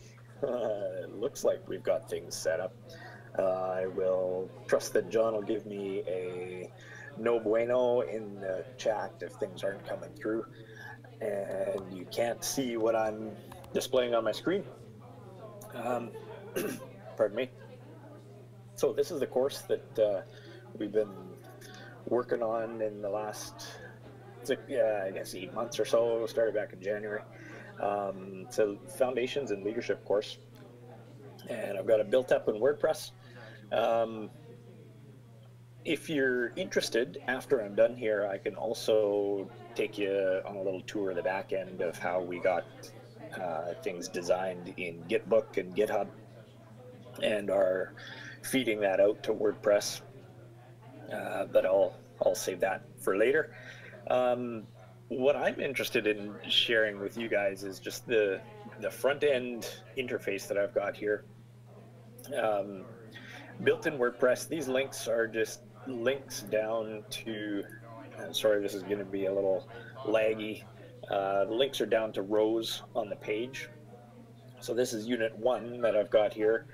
I've got instructor updates being fed in from the local blog on this particular course hub site, and then student posts coming in from individual students' blogs and being displayed here on the front page. What I particularly like is this is the entire unit right here. When a student logs in, the first thing they see is interaction with other students and opportunities to go out to other students' blogs and then come back. We've got a bunch more posts that they can load here, and then all the activities are down under this button here, and these, again, these are going out to other pages on the same website, opening up in a new tab and giving them everything that they need to get going and continue on with the course. Yeah, we've got learning activities here, and then the course assignments, blog posts and things like that. And then as they scroll down, they hit down to Unit 2, and we've got the same thing.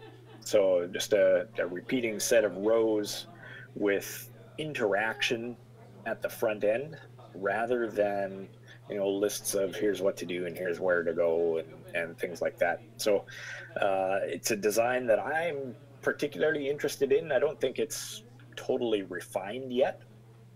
And I'd be happy to hear some feedback on what you guys think of how things are set up.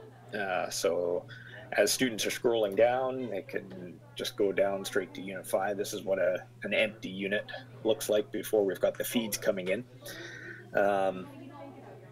And yeah, other than that, all built in WordPress. We've got the course timeline. So students can go to one spot and get exactly what they're doing for each unit, and obviously links into all the courses. So yeah, that's just a real quick demo of what we've got. We've got this course. I've also built an online orientation course for students to get used to the connected learning idea, and you know, some WordPress and digital literacy skills. That one's open at create.tw.ca/orientation. I'd be interested to get your feedback on that as well. Are you interested in seeing a bit of the backside infrastructure? I'll get, somebody can tweet at me or shout out in the chat thing there, or you can just have a look at the presentation that I built with Alan Levine's Splot Point, which I've got installed on my own site. And you can have a look through that and send feedback, offer comments and things like that. I see that John is typing something in there.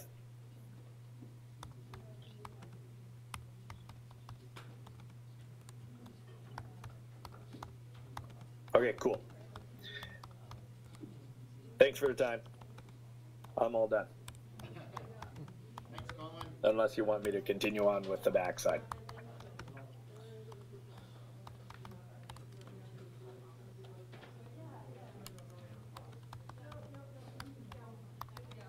Is everybody filtering out? Yeah, we're winding down. I didn't formally end things because it just seemed dumb to do that. But thank you guys. That was great. So, John, It seemed to go very smoothly. it actually worked really well. Even though there's like a couple things that we have to jerry-rig in terms of audio, but it actually works really well. I really like this little. It works. Archive.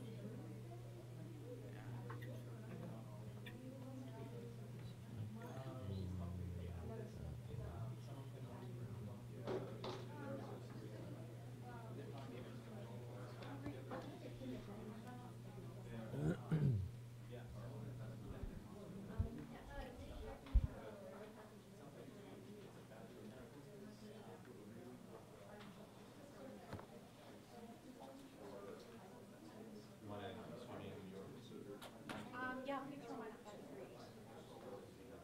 Like on your actual live stream.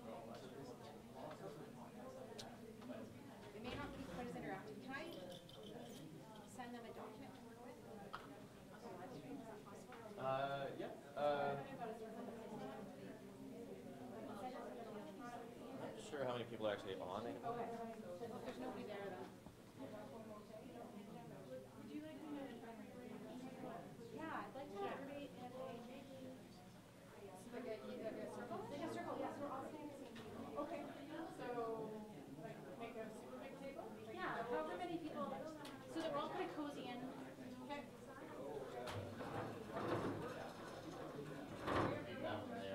Yeah.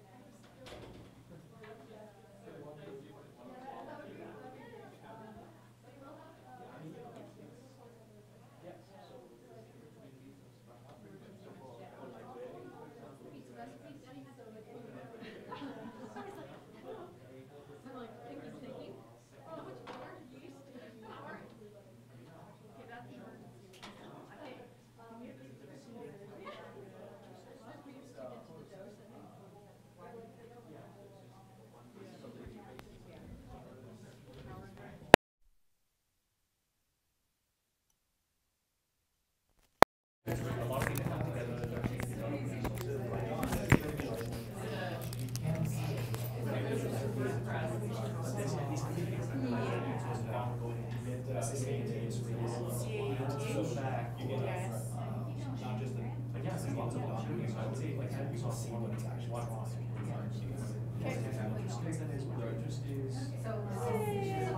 that's because I tweeted something to Johnston, and I was like,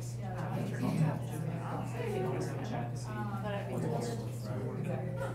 I know, I've seen that Friday last week for that song. I was like, right, what are you like? So I'm wondering what's his tweet? It's not a smart thing, it's like, you know all this, like, reading. I know. Yeah, so we are using CTO 17.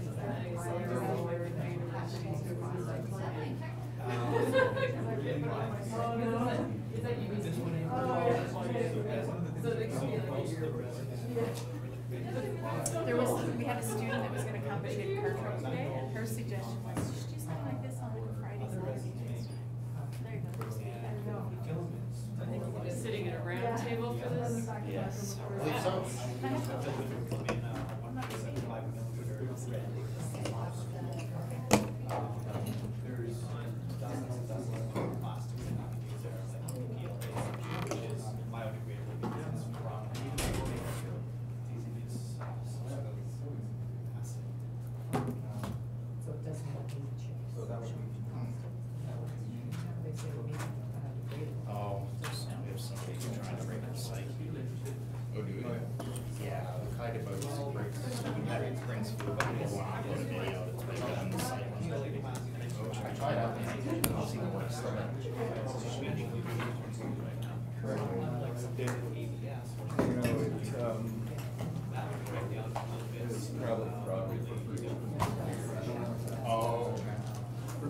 Well, I told them, I said I tried up to limit the videos that size.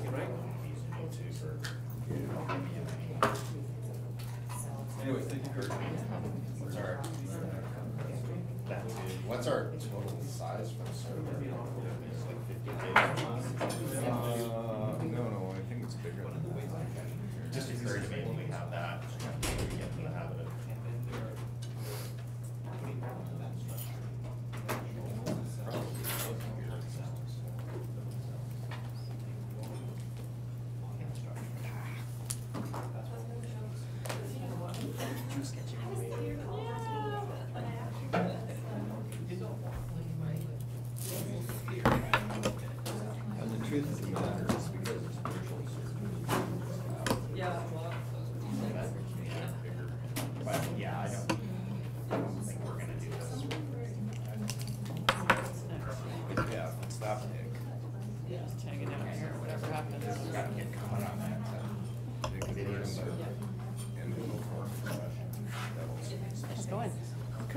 Back again, eh? Yeah, I know, I can't keep away. I feel like you're just here. Yes, yes.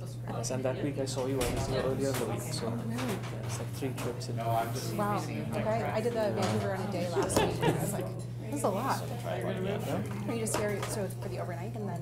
Well, I was going to leave tomorrow, but then because of Owen's goodbye thing, I'm going to leave on Wednesday morning. I didn't want to miss the Tuesday evening celebration. Oh, that's nice. Yeah. Oh, well, if you can convince him to stay. If only. If only.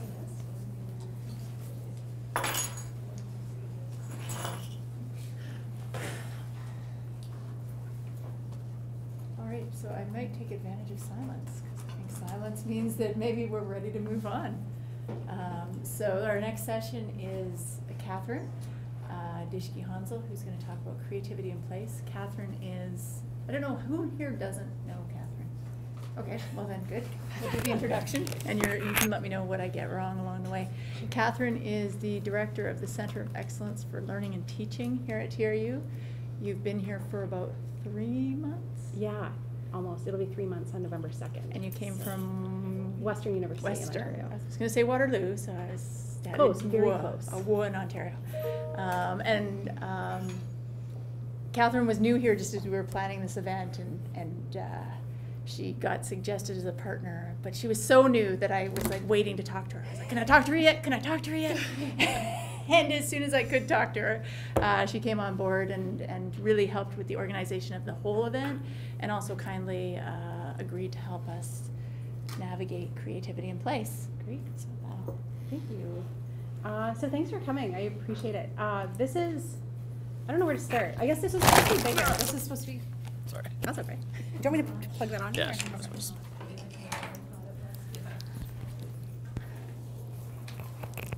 Oh, we'll get more people settled in here. Come on in, guys. I don't bite often or very hard. So come on up. Don't everybody crowd at the back. There's markers up here. You get best choice if you come up to the front. So there's that. Did I just lose? I think I probably just unplugged myself. There we are.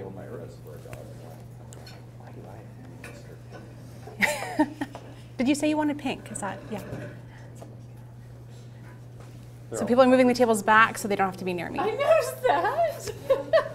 I'm not going to feel offended. I can't believe it. They moved the back of the room further back. I know. I don't think I've ever seen that before. You could just slide your table into the No middle. kidding. I'm gonna, yeah. Here, let's push this. I don't know how long my cord's going to go. Yeah, this is good. Slide all the way down. Yeah, Right. So That'd be awesome. Right to the Does anybody watch Parks and Rec? If you watch Parks and Rec, when Ron had to have that desk in the middle of the office and he had like a spinny chair and he had to like revolving. No, it's awesome. I use this reference a lot, and then I actually had the clip up, like I could show people what I meant. If you know who Ron Swanson is, it's hilarious. Dating myself. Are we ready to go? I think we're ready. I'm just going to keep rambling. If you guys want to hear the innermost thoughts of my head happening right now, I can just do that. Okay, so this was meant to be a bit bigger, and that's why I have an hour. And so I'm going to use this time effectively, hopefully, to get you guys engaged and get you doing fun things and thinking and talking. But the reason I'm going to tell you that it was supposed to be bigger and it's not is that my friend and colleague, Marta Sorbo Gulliksen from the University of Southeast Norway, had initially agreed to be a part of this with me. And then she said she couldn't because of the time difference and her kids. And I was like, but what she does, and I'm going to get you guys in the frame of mind to think about her, how cool she is. She is a Viking, like full-on Viking. She runs a Viking camp in a forest in Norway, and she's also a professor of arts and education and aesthetics at the University of Southeast Norway. So she gets people, when we've done this presentation simultaneously or collaboratively, she'll get people whittling. So she'll bring in a box of knives, which is crazy, right? You can't fly with those. So. So she'll bring in a box of like pocket knives and get people, give them green wood. And this was her dissertation was looking at carving green wood and the feeling of wood and carving. And so she talks about the cognition of creativity and space and making and the physical experience. And then I do the talk about place and about who you are and your personality and your traits and how those two pieces come together. Marta's not here. So next year, my plan is we're going to do this again, and I'm going to get her here because you guys need to experience this whole like knife carving Norwegian thing because it's a lot. It's really cool. It makes a huge mess though. The one downside, we might have to do it outside. Can you take her up to the Queen Lake? Let's do it. I don't know what that is, but let's do it. Environmental Ed Center. Oh, yes. Okay. And so from that comment, you've probably guessed I'm not from here. I'm brand new to Kamloops. I've been here about 3 months. And so I'm settling myself in, but that's part of what I'm going to talk about. And then you guys will get used to me. But I still have, like, there's lots of seats up here. I do gesture widely. Yeah, let's just Okay. sit down. Thank you. Thank you. Appreciate it. Do we have somebody in online as well? Or? There's some people who are watching. Okay. Can you somehow or another get them this information? I hope I have enough handouts so that they can do, like, see that in some way. There, now you don't feel so This is alone. great. Thank you. I feel warmer now. Surrounded by people who are smiling, wondering what they've gotten themselves into. I promise it's not this bad. Yeah, see? I hope I have enough markers. And you brought your own. Okay, so I'm going to tell you more about me, because that's what you're here to hear about, right? More about me. I did this funny animation. Well, it's not really an animation, but I changed the colors of things as I talk about them. Okay. So my name's Catherine again. I'm the director of the Center for Excellence in Learning and Teaching here at TRU. In my previous life, I've worked at various universities, and my research area was on creativity. And so, broadly speaking, creativity in education. And I started in about 2009 And I was telling John this earlier, so you've already heard this. I was really interested in figuring out what some of the determinants or outcome measures were for experiential learning. And that was really the domain that I was spending most of my time in, was working with students on experiential learning activities, trying to figure out at the university why we were putting, I believed in it, but why are we putting resources into experiential learning? What are the outcomes? And we didn't have very good outcome measures. So what happens? Apparently that's too big of a problem, or too big of a question for a dissertation, so it got narrowed down. But I'm still really interested in experiential learning, and I think creativity is a part of that. So I think creativity bridges a lot of things, and experiential learning is one of those. But what I wound up studying was something a little bit different, which was teachers' perceptions of creativity in their classroom. And so I talked to teachers about what they thought creativity was, how they fostered it, what some of the tools, strategies, and techniques they were, and that was my main research question, but with any good research question, it gets sidetracked, right? And so what my teachers, when I was researching with them, what I heard often and over and again was that the school mattered, the place they were in, the colleagues they were working with. And I did site observations when I was, and then there's forms that have to be filled out. There's so many constant interruptions throughout the day that teachers really found that they couldn't get their students into this state of flow. They couldn't get them engaged in deep learning and deep activities because the structure of the day impacted that. The physical environment of the school. Some of the schools were, I had one class that I was working with, I think there was 14 kids in the class, but I think there was 3 grades. So the teacher trying to manage 3 different curriculum deliveries in this tiny class, with one of those grades having to do the provincial standardized testing, was a big deal. And then so my question wound up being, one of my questions wound up being around the role of standardized testing in creativity. And I've got a great quote from one of the faculty, or the teachers that I worked with, saying that creativity and standardized testing don't go together. So anyway, that was the question that I worked on. At the same time, I just started doing some research with some colleagues of mine. One was Marta in Norway, another colleague, Ayla, in Finland, and then some researchers and teachers across southwestern Ontario looking at how teachers foster, how to measure creativity in kids. Because how do you measure something that's so big like creativity? And we're going to talk about that. And so we traveled around the world and we measured creativity, and it was kind of neat. We used the Torrance test of creative thinking, which is a really interesting instrument that I was going to get you guys to do it today, but I got other stuff to talk about. Maybe next time. To my light bulb moment. I can't get my screen to come up. Sorry, I want to see my words and I can't. So what I wanted to do is looking at creativity, and this all comes together in what I'm talking about today, in terms of thinking about creativity, thinking about personality in that, so who you are and what you bring to a situation, and as well as how the place where you were raised, the time you were raised, the education that you've had, the colleagues that you have, the place you find yourself in now, influences the places, spaces, and ways in which you engage yourself in creative acts. And so we often think of creativity as a trait, so something stable, a stable behavioral component of who you are, but it's much bigger than that. And so I'm bridging some of the work on personality that's done long before me around how who you are, where you are, influences what you are able to create. And then lastly, my little map is that I ended up here. So, surprise. I never thought I'd find myself in Kamloops, but here we are. Did you know where to Kamloops before you No. No. So fun fact, I got the call for the interview and I had to look it up on a map. And I was like, oh, that's interesting. I wonder what that place is like. And then I started talking to people and they're like, oh yeah, it's great out there. I was like, oh, you've been. So apparently lots of people have been here. At least, and you've got a great reputation back in Ontario. And I can vouch for that now. So be nice to me today. Also, what we were talking about earlier, John was talking about, I think you were talking about taking risks and the importance of taking risks. I'm taking a little bit of a risk. This is not risky, me talking to an audience of people who are captive. I can do this all day. What I'm gonna do though is give you guys the power in just a second, and I'm gonna let you guys determine where we're gonna go next. That's the scary part for me.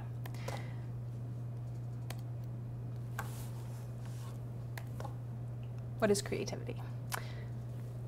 Is it a skill? Is it a function? Is it a gift? A lot of teachers talk about it as being a gift, that you're gifted. Is it a lack of other skills? One of the big things that came out from my work with teachers is that kids who weren't academic were creative. kids who struggled in school, kids who had behavioral difficulties were creative. And it was often used as sort of a pejorative, like, well, he's creative. He's got ADD, but he's creative. And it was this "but he's creative" piece that really captured me, and then I thought really talked to me and spoke to me about what it meant to be creative in school and what that can possibly look like. Out to you. What is creativity? Make sure you give each other time to talk. Unexpected. Unexpected, what does that mean? Well, if it's not creative, it would be the direct next step that is assumed. So it could be deviant, it could be devious, it could be artistic or colorful, but it would be something that you wouldn't expect. I'm going to write this down because this is good. Okay, unexpected. What else is I'm attached to a microphone. Put that in my pocket. Okay, what else is creativity? So unexpected.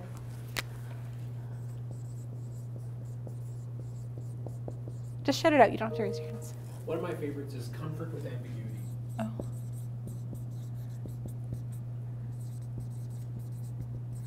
It includes risk-taking. What else is it? Trying things that haven't been done before. I'm just going to say new things.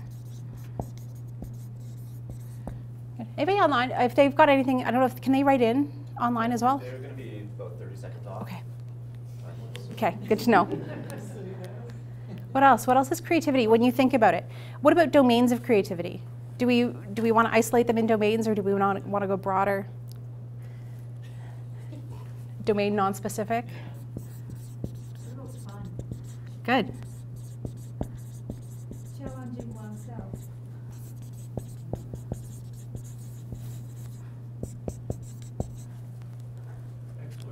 Awesome. You guys are so good at this.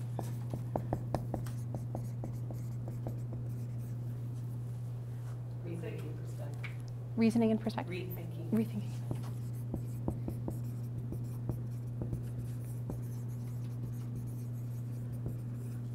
Detached from time. So detached from time? Yeah.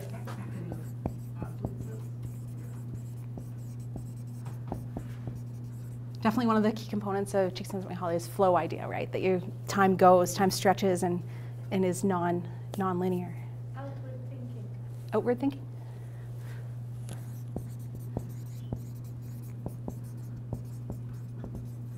Can it also be inward thinking?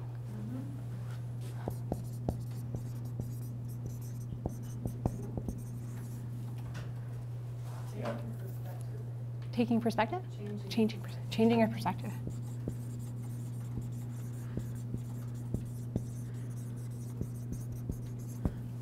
Expressive.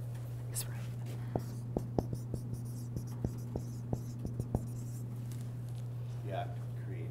The act of creating? Which separates us to some extent from thought without a creative act. It's just thought. Right, or imagination, right? So good. That's me. That's okay. Just when you hear your own voice, you're like, did I just say that? Okay, we'll move on to the next one. So when you think about creativity, what is it? What is it? And I want you guys to think about this in your own lives. So when do you experience the unexpected? When do you experience comfort and ambiguity, risk-taking, rethinking perspective, outward thinking, inward thinking? Give yourself a second right now. I'm going to play around on my screen, but give yourself a couple seconds to think about when you experience those things. Because creativity is a big word. This is a good way of breaking some of that down. Ability to assent to divergent views. Ooh.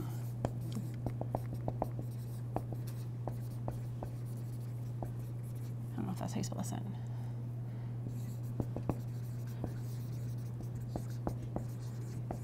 My dependent on spell check is not effective when I'm using a whiteboard.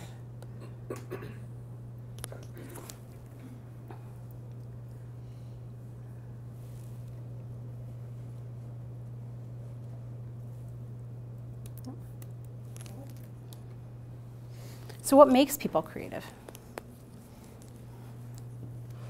Faulty wiring. Sorry. Don't worry. Yeah. So if we think of this as being creativity, this is the domain of creativity, this is a big picture. How do people get there?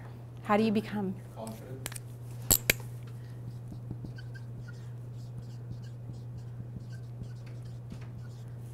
Freedom in space, time, expectation. Curious.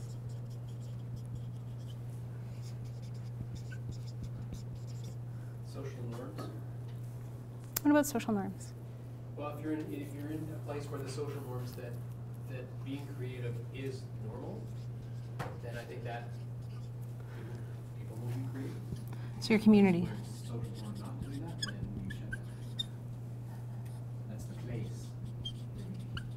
So in your community, your collective, who your people are, allow you or disallow you from being creative. That's a key component of our creative spaces. Yeah. Okay.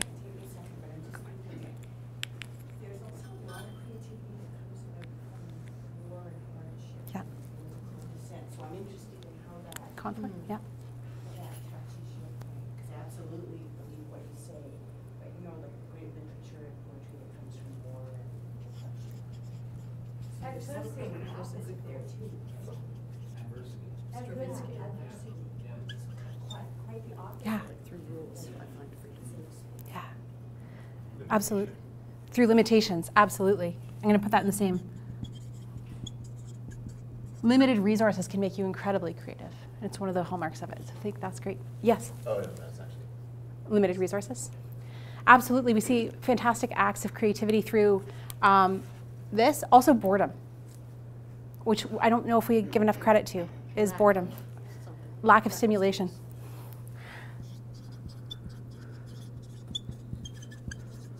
Another quick story. So my advisor, Ron Hansen, who supervised my dissertation, did a big study. He was really interested in inventors, people who became inventors, people who created something new and novel.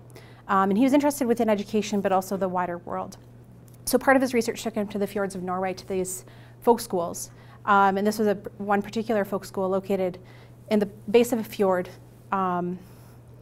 very isolated. These are usually students after university, before university, after high school, who go to this for a year, possibly after university for a year. And the students had to create their own environment. They had to knit their own sweaters. They had to get their own firewood. They create their buildings. They kind of had to do everything. They had to grow their own vegetables or find a way of getting them. And that brought him back to Ontario and looking at inventors there and the characteristics of innovative people. How do you foster this innovation? And he went and he talked to people. He talked to innovators across Ontario. People have done this. Like Gardner's done this as well. Talking to innovative people, and what does this mean? And he found isolation, lack of stimulus, being bored, especially in areas where you've got sort of a certain amount of resources. So farm kids, for example, was a big thing that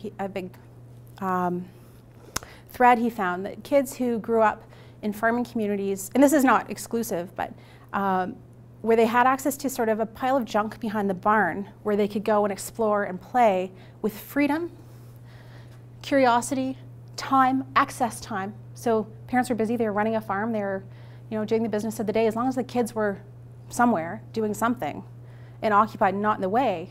And he found that these are the characteristics that led people to being inventive.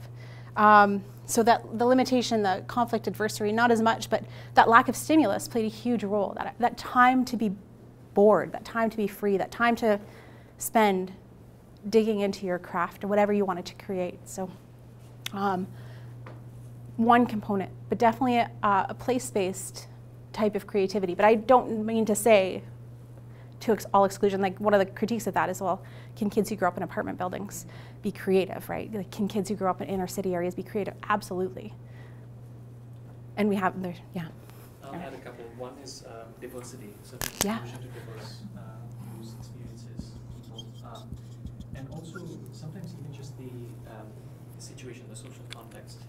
So I'm thinking of like psychological research about when you walk into environments where even the laws of physics are challenged because of the particular environment that provokes a lot of cognitive flexibility in problem solving.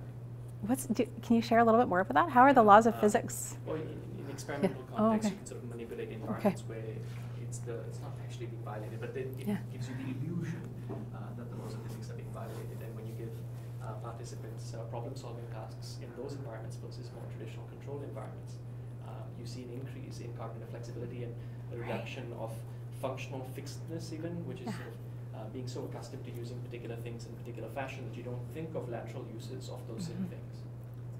That is really cool. And terrifying in a way as well, right? What would you do with all that freedom? When you throw away some of the rules, then you realize that yes, you can throw away the others. So.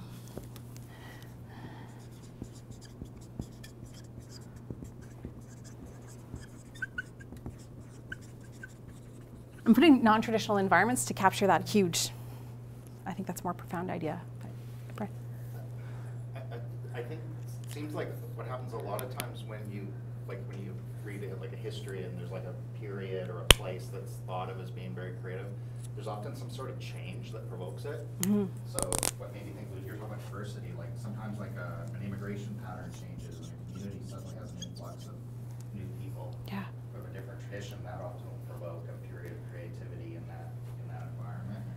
But just even changing things up, going to a new place, changing your job, working with new people, just some sort of shift in the pattern often will provoke it. Absolutely. So I think community, the collective, what your community is, as your community shifts, you shift what's possible and what's expected. Now I'm going to throw this out more to you guys. I've got handouts. I think I have enough. I have 20. I think I've got enough. If not, I can copy some more. So take one, grab a marker or writing device. You can just use a pen too if you don't like Sharpies. Who doesn't like Sharpies?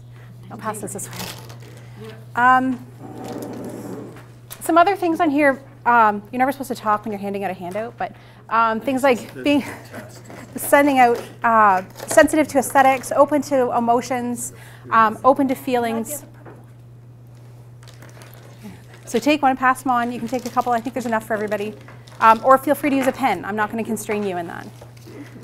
What I want you to do is use that sheet, and I want you to work by yourself for a bit. And I want you to think about place and time and space. And this is it's just like a worksheet. Oh, creative movement.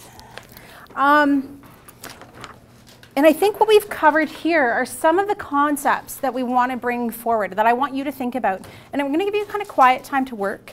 And I want you to try and fill in this. So the sheet itself, when you guys get it, you'll see, is it's a table. And so on the left-hand side, I've got time, space, and materials. And across the top, I've got 4 kind of components of creativity that I think we've come across, actually, that have come out really naturally. So thinking about times when you're most curious, when you're most sensitive to emotions, when you're adventurous, when you're most willing to take risks, be removed from that self-confidence, and when you're full of ideas. Naturally, when you go through this, you're going to think of barriers. And so the back of the sheet is for barriers. So you've got a chance on the back to think about different categories, people or person, product, and processes that get in the way of being creative. So I'm going to give you at least 10 minutes, longer if you guys are scribbling furiously, to try and think about your own context, your own space, your own behavior, and answer the question of where are you creative? And I'm using where as in the broadest sense possible, like where psychologically, where physically.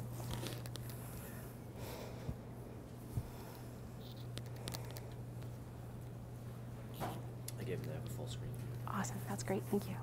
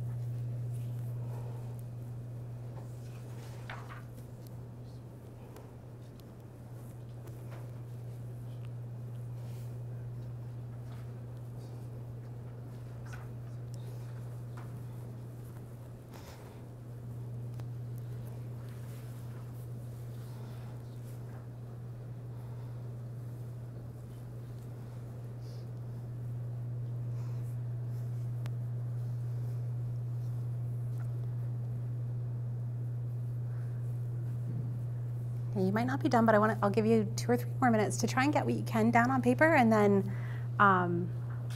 we'll bring it back to the group.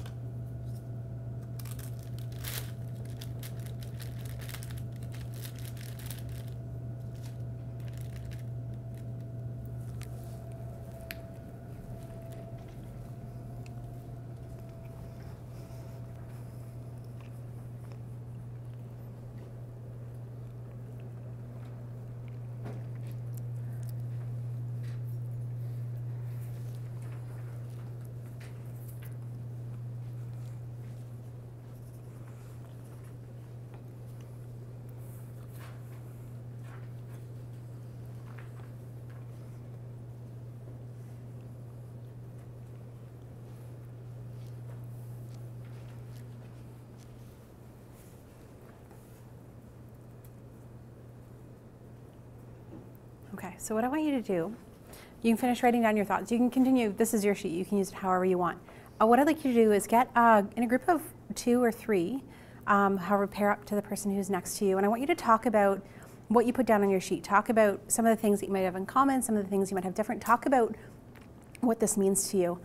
And I want you to recognize perhaps in that conversation that I've done something really mean to you, to ask you to talk about creativity, and that I've asked you to put it in boxes.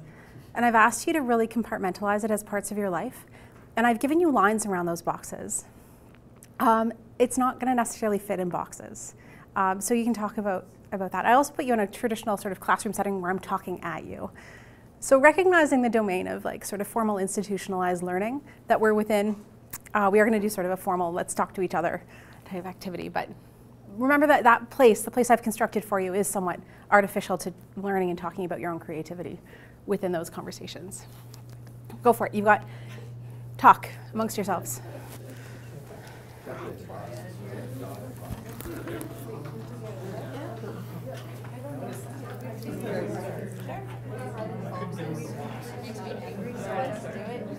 Did you say I made you? I didn't mean to make you angry. No, I apologize.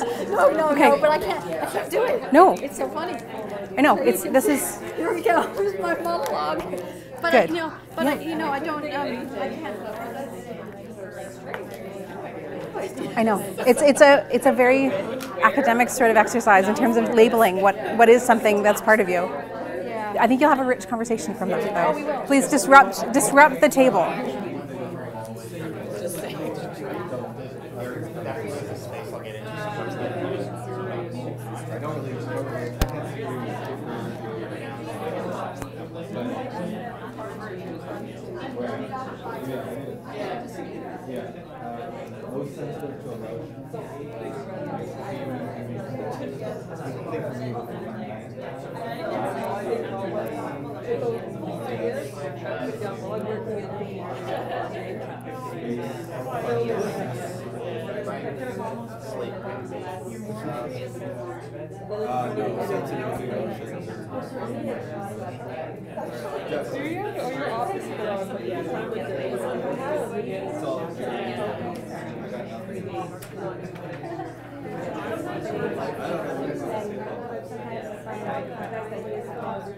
I did have some specific hungry because in my usual job before I moved over to this new one, I was working so much. The teaching was just huge.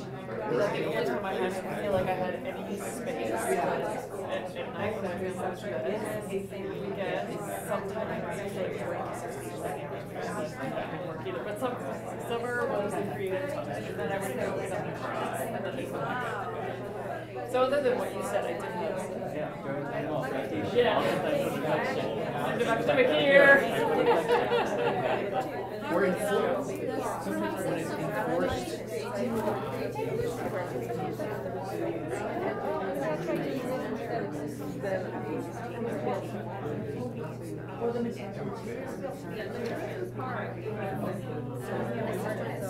Oh, like about an art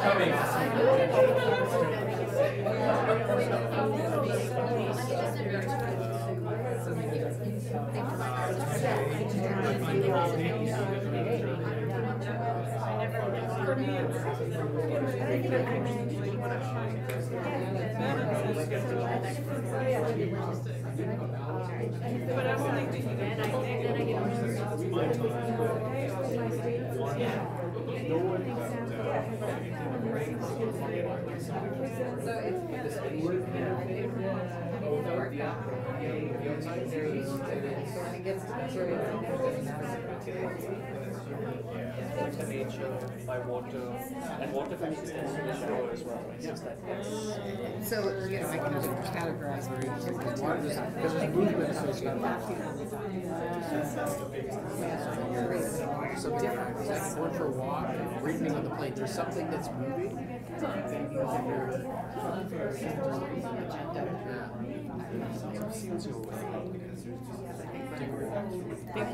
You know, you're physically away from your regular world. You're not affected by those concerns. They're not bubbling up right now. You're not answering questions. You're in space, and even if you're home, you're in your home, but it's just you went to the different. You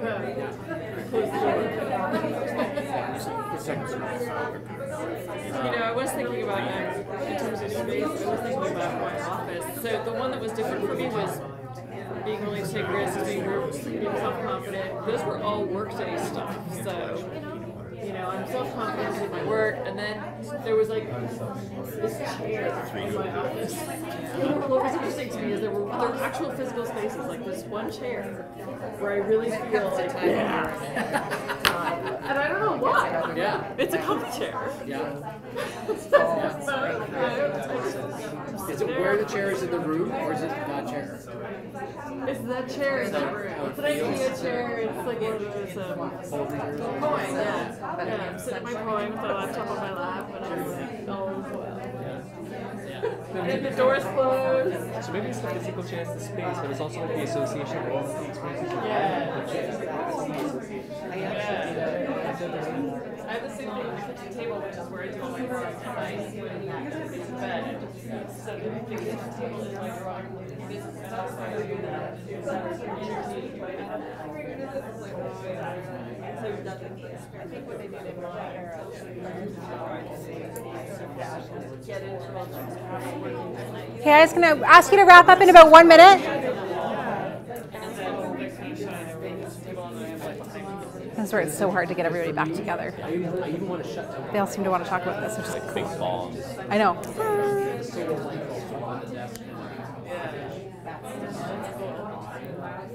Physical comfort is not being important. So if it's too close to a meal time and you're hungry, on that end, or you just had a big meal on the other end.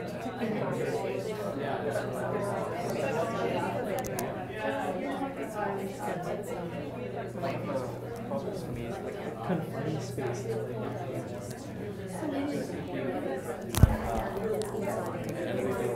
Okay, guys, let's bring it back together. It's the opposite. Yeah, no, so that's why I had problems. Oh, you had problems with that? Oh, you guys are teachers. Everybody in here is a teacher. Okay, how was that? Interesting? Good? Okay, share. Share with each other. What came out that was interesting? What came out that could answer some of these questions that you found maybe that came out as commonalities within the group, or something that you want to share together? What does it mean to be creative in a space, in a place? Again, with a couple parameters. I'll explain the parameters in a sec, but talk. What is it? Yeah, go for it. specifically about the sheet. No. But we discussed about boundaries and whether they're physical or mental or some other kind of learning boundary, and the value of there's a boundary or a structure, but creativity can be fostered when you get to a boundary and then you go beyond the boundary, or am I at the boundary, or pushing beyond it, but not necessarily being limited by it. But the fact that it's there isn't necessarily bad. It can be helpful, but structure that and then think outside that, or push yourself outside that, or do something outside that. That's kind of the It's kind of the theme of where you guys got as what's the edge and what's pushed. That's really cool. Anything else? Other groups came forward as sort of ideas that you shared that disrupted your thinking? Introspection time. So it's that, and the more distractions can be limited, the better. So like late at night on a plane when you can't go anywhere else, a long haul. I mean, that's a real introspection time. Yeah. I'm asleep then, but I can't. I'm like one of those people who falls asleep on the runway, but I always want to get work done on a plane. So I'm jealous a little bit. The other kind of place that seems to work well is places that are chaotic to the point where it's just sort of a background wash and chaos, like a busy pub on a Friday night, you know. In terms of actually creative expression or work or ideas, or what do you find in that space? Ideas, and I find it breaks down the structures that get built around you in a day-to-day job. Anybody else find the creative in the chaos? And they have things to drink.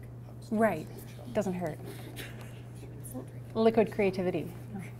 Maybe that's it. What are some places that you're curious, that you experience curiosity, that you wonder, and that's one of the things I'm curious about, is where are you curious? Where do you wonder? What does that look like? What does it feel like? What is it? For me, when there's a question or a situation, no matter when it is, it makes me think. And that's my curiosity. And then how can I contribute to this? Or what can I learn from this, right? How can I challenge myself?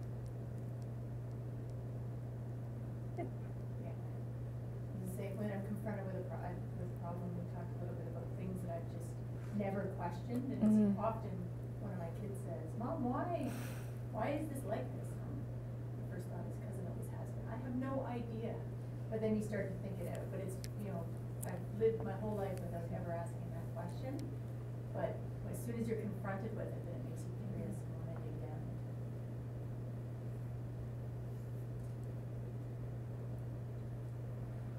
And as far as spaces, I like green space, a lot of plants and flowers.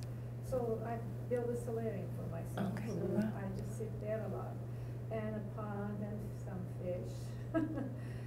And then the other thing is jazz music, all kinds of music, but specifically jazz. I just play all kinds of jazz from all over the world, and I could be playing them 24 hours. It doesn't bother me. I can have a snooze and wake up again. What are some other, so that's a great lead into physical spaces. What are some other characteristics of physical spaces that you found in common or you found unique? Yeah. I had I would never have thought of this until I did this exercise, but some physical spaces you wouldn't necessarily associate with creativity, but they have become that way because that's where I do my creative stuff. So I have this seat at the kitchen table when my family's gone to bed, and that's where I do drawing, and that's where I do, if I'm going to edit any videos or work on podcasts or anything, it's always there. So now that spot is my creative spot, even though it's also where I eat dinner. It's like it has no trees, it has no, it's just the kitchen table. But context matters, right? It's not dinner time, it's creative time. Yeah. It's your time, it's your freedom, it's those other pieces that layer on top of it that make it a different space than your dinner table, right? Yeah. So you become a different person in that space in some ways, right? You can, different things are allowed, I guess, and things are permitted and things are encouraged within different, so you can have an office that's a not creative, that's a workspace, but also a creative space. So oftentimes we don't all have the houses that we probably want with, a room for crafting and a room for sewing and a room for whatever else we could possibly have. So we make decisions and we make kind of creative choices around the spaces that we construct. Any other thoughts on space, physical space? Because I think when we talk about place, we often think about the physicality of it first, what it looks like, what it feels like, what it smells like, what kind of seating there is, or the way you can move around, where your materials are located, where your whatever those may be. I think structure inside a space is so important. Yeah. I mean, we've rearranged this space 2 or 3 times already today, so it's like Yeah. you actually need, and this room gets used for everything, but sometimes it's so formally structured that the interactions within that space are completely constrained by the physical structures, and I think we don't pay attention to that materiality enough. Mm-hmm. So yeah, definitely that I think affects what we can do, is how it's structured. Yeah. And this is a different type of structure than kind of when everybody's wandering around looking at the computer screens too, where we're all sort of outward facing but engaged in a different type of conversation about. Yeah. And this afternoon, I know it's going to look entirely different again. So these spaces, they have an impact. I do want to touch briefly, thank you for sharing, I appreciate it. I hope these conversations continue. I think this is just maybe an opportunity to throw some ideas down on paper. We're used to structured environments, and so sometimes it's easier to think about filling in boxes than it is to think about giving you a blank sheet of paper and answering, coming up with new ideas. This is based on the work of Vlad Glavino, who's a researcher in creativity, and he has research on creativity and culture, and he's somebody I love reading because I think he outlines things very clearly in terms of what culture means to creativity and how we think about culture broadly writ, like as a university culture could be something as opposed to a Canadian culture, as opposed to an international culture. And he talks about temporality, space, so physicality and materiality as domains of creativity that are impacted within culture, and culture is broader than a place, but it's a way of thinking about time, space, and materials as what contributes to the ways of our creative being. So what are some of the impediments to creativity? What did you guys come up with? Did anybody get to the back side? Did anybody put anything down that impacted? Discomfort. Discomfort. So what do you mean? So if you're hungry, if you're too hot, if you're too cold, that becomes the focus. Yeah. Sleep deprived. Sleep deprivation? Yeah. Nobody in here sleep deprived, possibly, right? Everybody got their full 8 hours, right? Great, so discomfort. Sometimes those discomforts, that's sort of like Maslow's hierarchy of needs, right? Those base needs like sleep, hunger, thirst, override all of the higher order needs like creativity or higher order desires, for sure. I disagree. Okay. Sleep deprivation can take you some pretty crazy places. Okay. That's true. When you have too much to do. Yeah. So just like task. Mm-hmm. And when priorities change, and also for me, it's a fear of that I have some fears. Dog, for example, rats, Mm-hmm. mice, just because of all the diseases, right? And also an experience when I was 6-year-old, a German Shepherd was attacking me, and the family saved me, so that is with me. So I can't be creative when I see a dog coming here, or be jumping anyone, anywhere Yeah. for safety. And what are some of those dogs in our daily life? What are some of those things, right? Like beyond the dog, what else, what other things create that fear? Failure. Being judged. If environment is too structured or procedural, you're not going to be creative. When you get in trouble, doing something outside the box. It's that sense of being trusted or not being trusted by colleagues, and especially people you report to. Mm-hmm. Being able to take risks without fear of consequences, absolutely. For me, it's interesting you use comfort, and because I think I'm such an introvert, it was interesting doing this and thinking. A lot of times, my creativity is inspired by things that feel chaotic to me, which might feel totally boring to a lot of you, and yet my own creativity, I need the stimuli down. So while music inspires me, I generally write with no music, no radio, Yeah. no sounds. So it's. But you said comfort, and it's what makes me comfortable at the production place is I thought about that when we were doing the table activity. I was thinking maybe putting on some music, and then I realized that I wouldn't be able to do this with music because it would be too much for me to be able to think and listen at the same time. And so I thought, we'll just keep it quiet. But you're right. I think there's probably people in this room who would have really liked to have some background music, right? How many, just show of hands, if you would prefer background music when you're working on a task? No lyric? Oh, this is good. Different types of music? So no lyrics, jazz, silence. Or banal lyrics. I've been in a Banal 80s lyrics. funk period. Okay. The lyrics don't, they're just another instrument. So that you create, and I think part of this is in thinking about how you create your own environment for your own comfort and discomfort, and your own place that gives you the opportunity to express who you might be. With 5 minutes left, I'll show you this. I'm always super worried about running out of ideas. I don't know why. I always feel like if I come up with a research idea, that's my last great idea, and I will never have another one. And so maybe I should save it. And so I have this as sort of a little thing that I don't know if my Aunt Lou's like a great psychologist who can tell me if this is true or not. But I feel like you probably can't use it up. You probably can't. The more you use, the more you have. And I think the more I think about that, the more there's evidence within it. I just think if it will be the end. So there's my own fears being laid on the table. And we've got about 5 minutes left before we wrap up. And I know I'm standing between you guys and lunch, but please do questions, thoughts. They don't have to be for me. They can be for each other.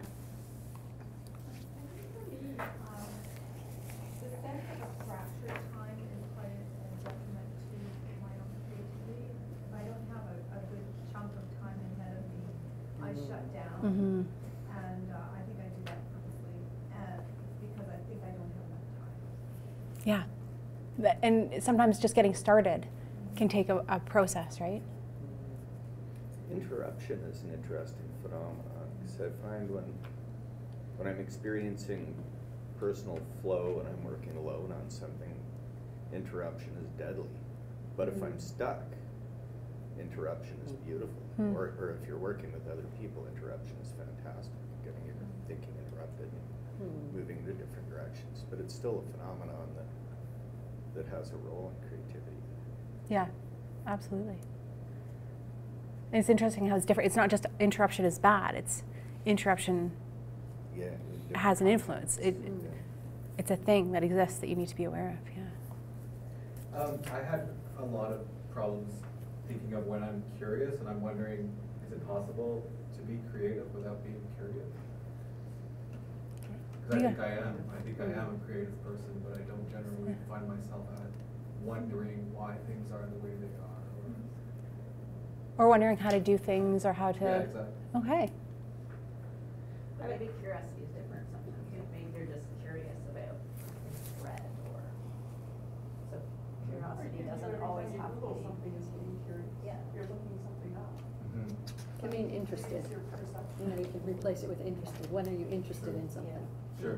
Yeah, and maybe that's too loaded. Curiosity might be too loaded of a word, right? This idea of some sort of depth of, there has to be this curiosity, this inspiration. But yeah, it's just a thought that might glance through that you think, I want to know more about this.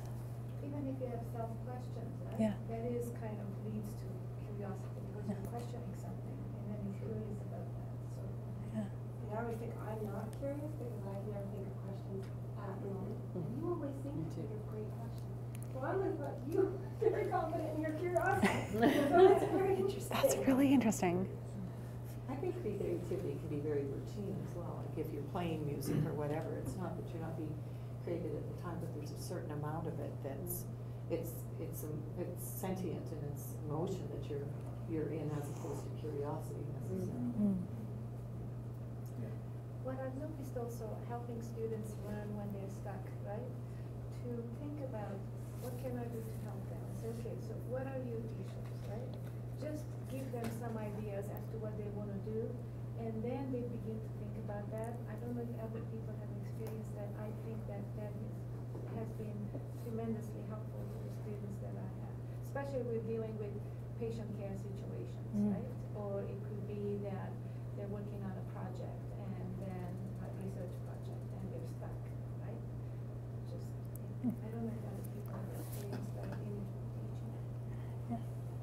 think the role of expertise in showing what the next step could be and then helping free up some of the ideas, absolutely. I think we all run into walls where we just need that one next piece where we go back to figure out what can be done next, yeah. I just find it interesting that your notion of space and place is, it is a very broad definition of place, but here we are in an institution where knowledge and the creation of knowledge is our mandate. Yet how much strategic planning do we put into the place to make sure that these things happen? Mm-hmm. At the same, what do we allow in different spaces? What do we permit? What do we encourage? And I think classrooms are a perfect example. Is when we build another lecture theater that faces the front, we really determine what will happen in that classroom and how those interactions will take place and what a lesson looks like when it's teacher-centered. And I think there's big conversations happening about that now, because there's absolutely ways of doing cool, creative, interesting work in those constraints. And you see faculty members who's got students like sitting on the backs of chairs and who are working in the hallways, and they're figuring out ways to disrupt space. And I wonder sometimes if that's not a bigger learning opportunity for those students when they're in those theaters than a flexible, multimedia enhanced classroom where they've got all these opportunities and they still sit in rows facing the front. So I think somebody was doing a research study, I think it was at McGill, and they were looking at spaces and thinking about how, like showing basically the million different ways of configuring a classroom, and it was used 2 different ways. It was used as sort of like a U shape, and it was used as a formal seating area, but they'd put up charts of all these different ways that you could arrange the room, and nobody ever did. So, and John, do you work with that as well? Do you look at space? We've got tables with wheels on them. Yeah. We've got rid of the front of the classroom, yet, Yeah. the tradition dictates, yeah. And Yeah. Postman wrote an article on the medium is the message, and the environment being, the classroom environment being the medium. Yeah. And what's the message? Yeah. There always seems to be an annual complaint on the faculty list here when someone hasn't put the room back the way it's supposed to be, in the rows and the columns, when they're done with whatever it was they were doing with it. Yeah. And we get very attached to space and what it means for us, but yeah. And I think actually that's really interesting that you say habits. I think habit has a huge amount to play with creativity, right? Christina, right? You can create a space out of habit. Yeah. It becomes a creative space. And so what are our habits and what are our regular routines around creative acts and thoughts and places, and how do we reinscribe those with meaning? Anyway, I think I'm on time, which is shocking. Thank you. So thank you for doing this. I think this was great. A couple of housekeeping things before lunch. This afternoon we'll be in the Campus Activity Center, the Alpine Room, which I believe is upstairs. And Laura has 8 violins and 4 cellos, and she's got things that I'm not allowed to tell you what we're going to do, but I will say that they're super, super, super fun and exciting. So I'd encourage you guys to come. The other thing is Andrew Fergus had a family emergency, so he has canceled his workshop for this afternoon. So what that means is that Laura's going to go longer. So we're starting at 1:30, so come and join us, and we'll finish whenever we get tired of learning how to play the violin and cello. And however long it goes, we'll go. And if you can't come right at 1:30, then come later. So we'll be flexible with that as well. In the spirit of flexibility and taking it. So we'll, it's unfortunate that Andrew, I call him Angus, and Fergus, that he couldn't come, but we'll take that as an advantage to spend some more time with Laura. And the other thing Andrew would say is if there's anybody interested in doing the LEGO workshop, he's more than happy to do that at the time for folks. And Brian will commit, because I can't, to set that up. Great. Cool. Thank you. Thanks. Very eye-opening exercise. Do you want me to Good. cover? I do. Okay, so I wrote, perhaps there are several types of creativity. The creativity of survival that comes when confines impede a natural existence, and the creativity of growth. Being told what to do, how to think, how to process,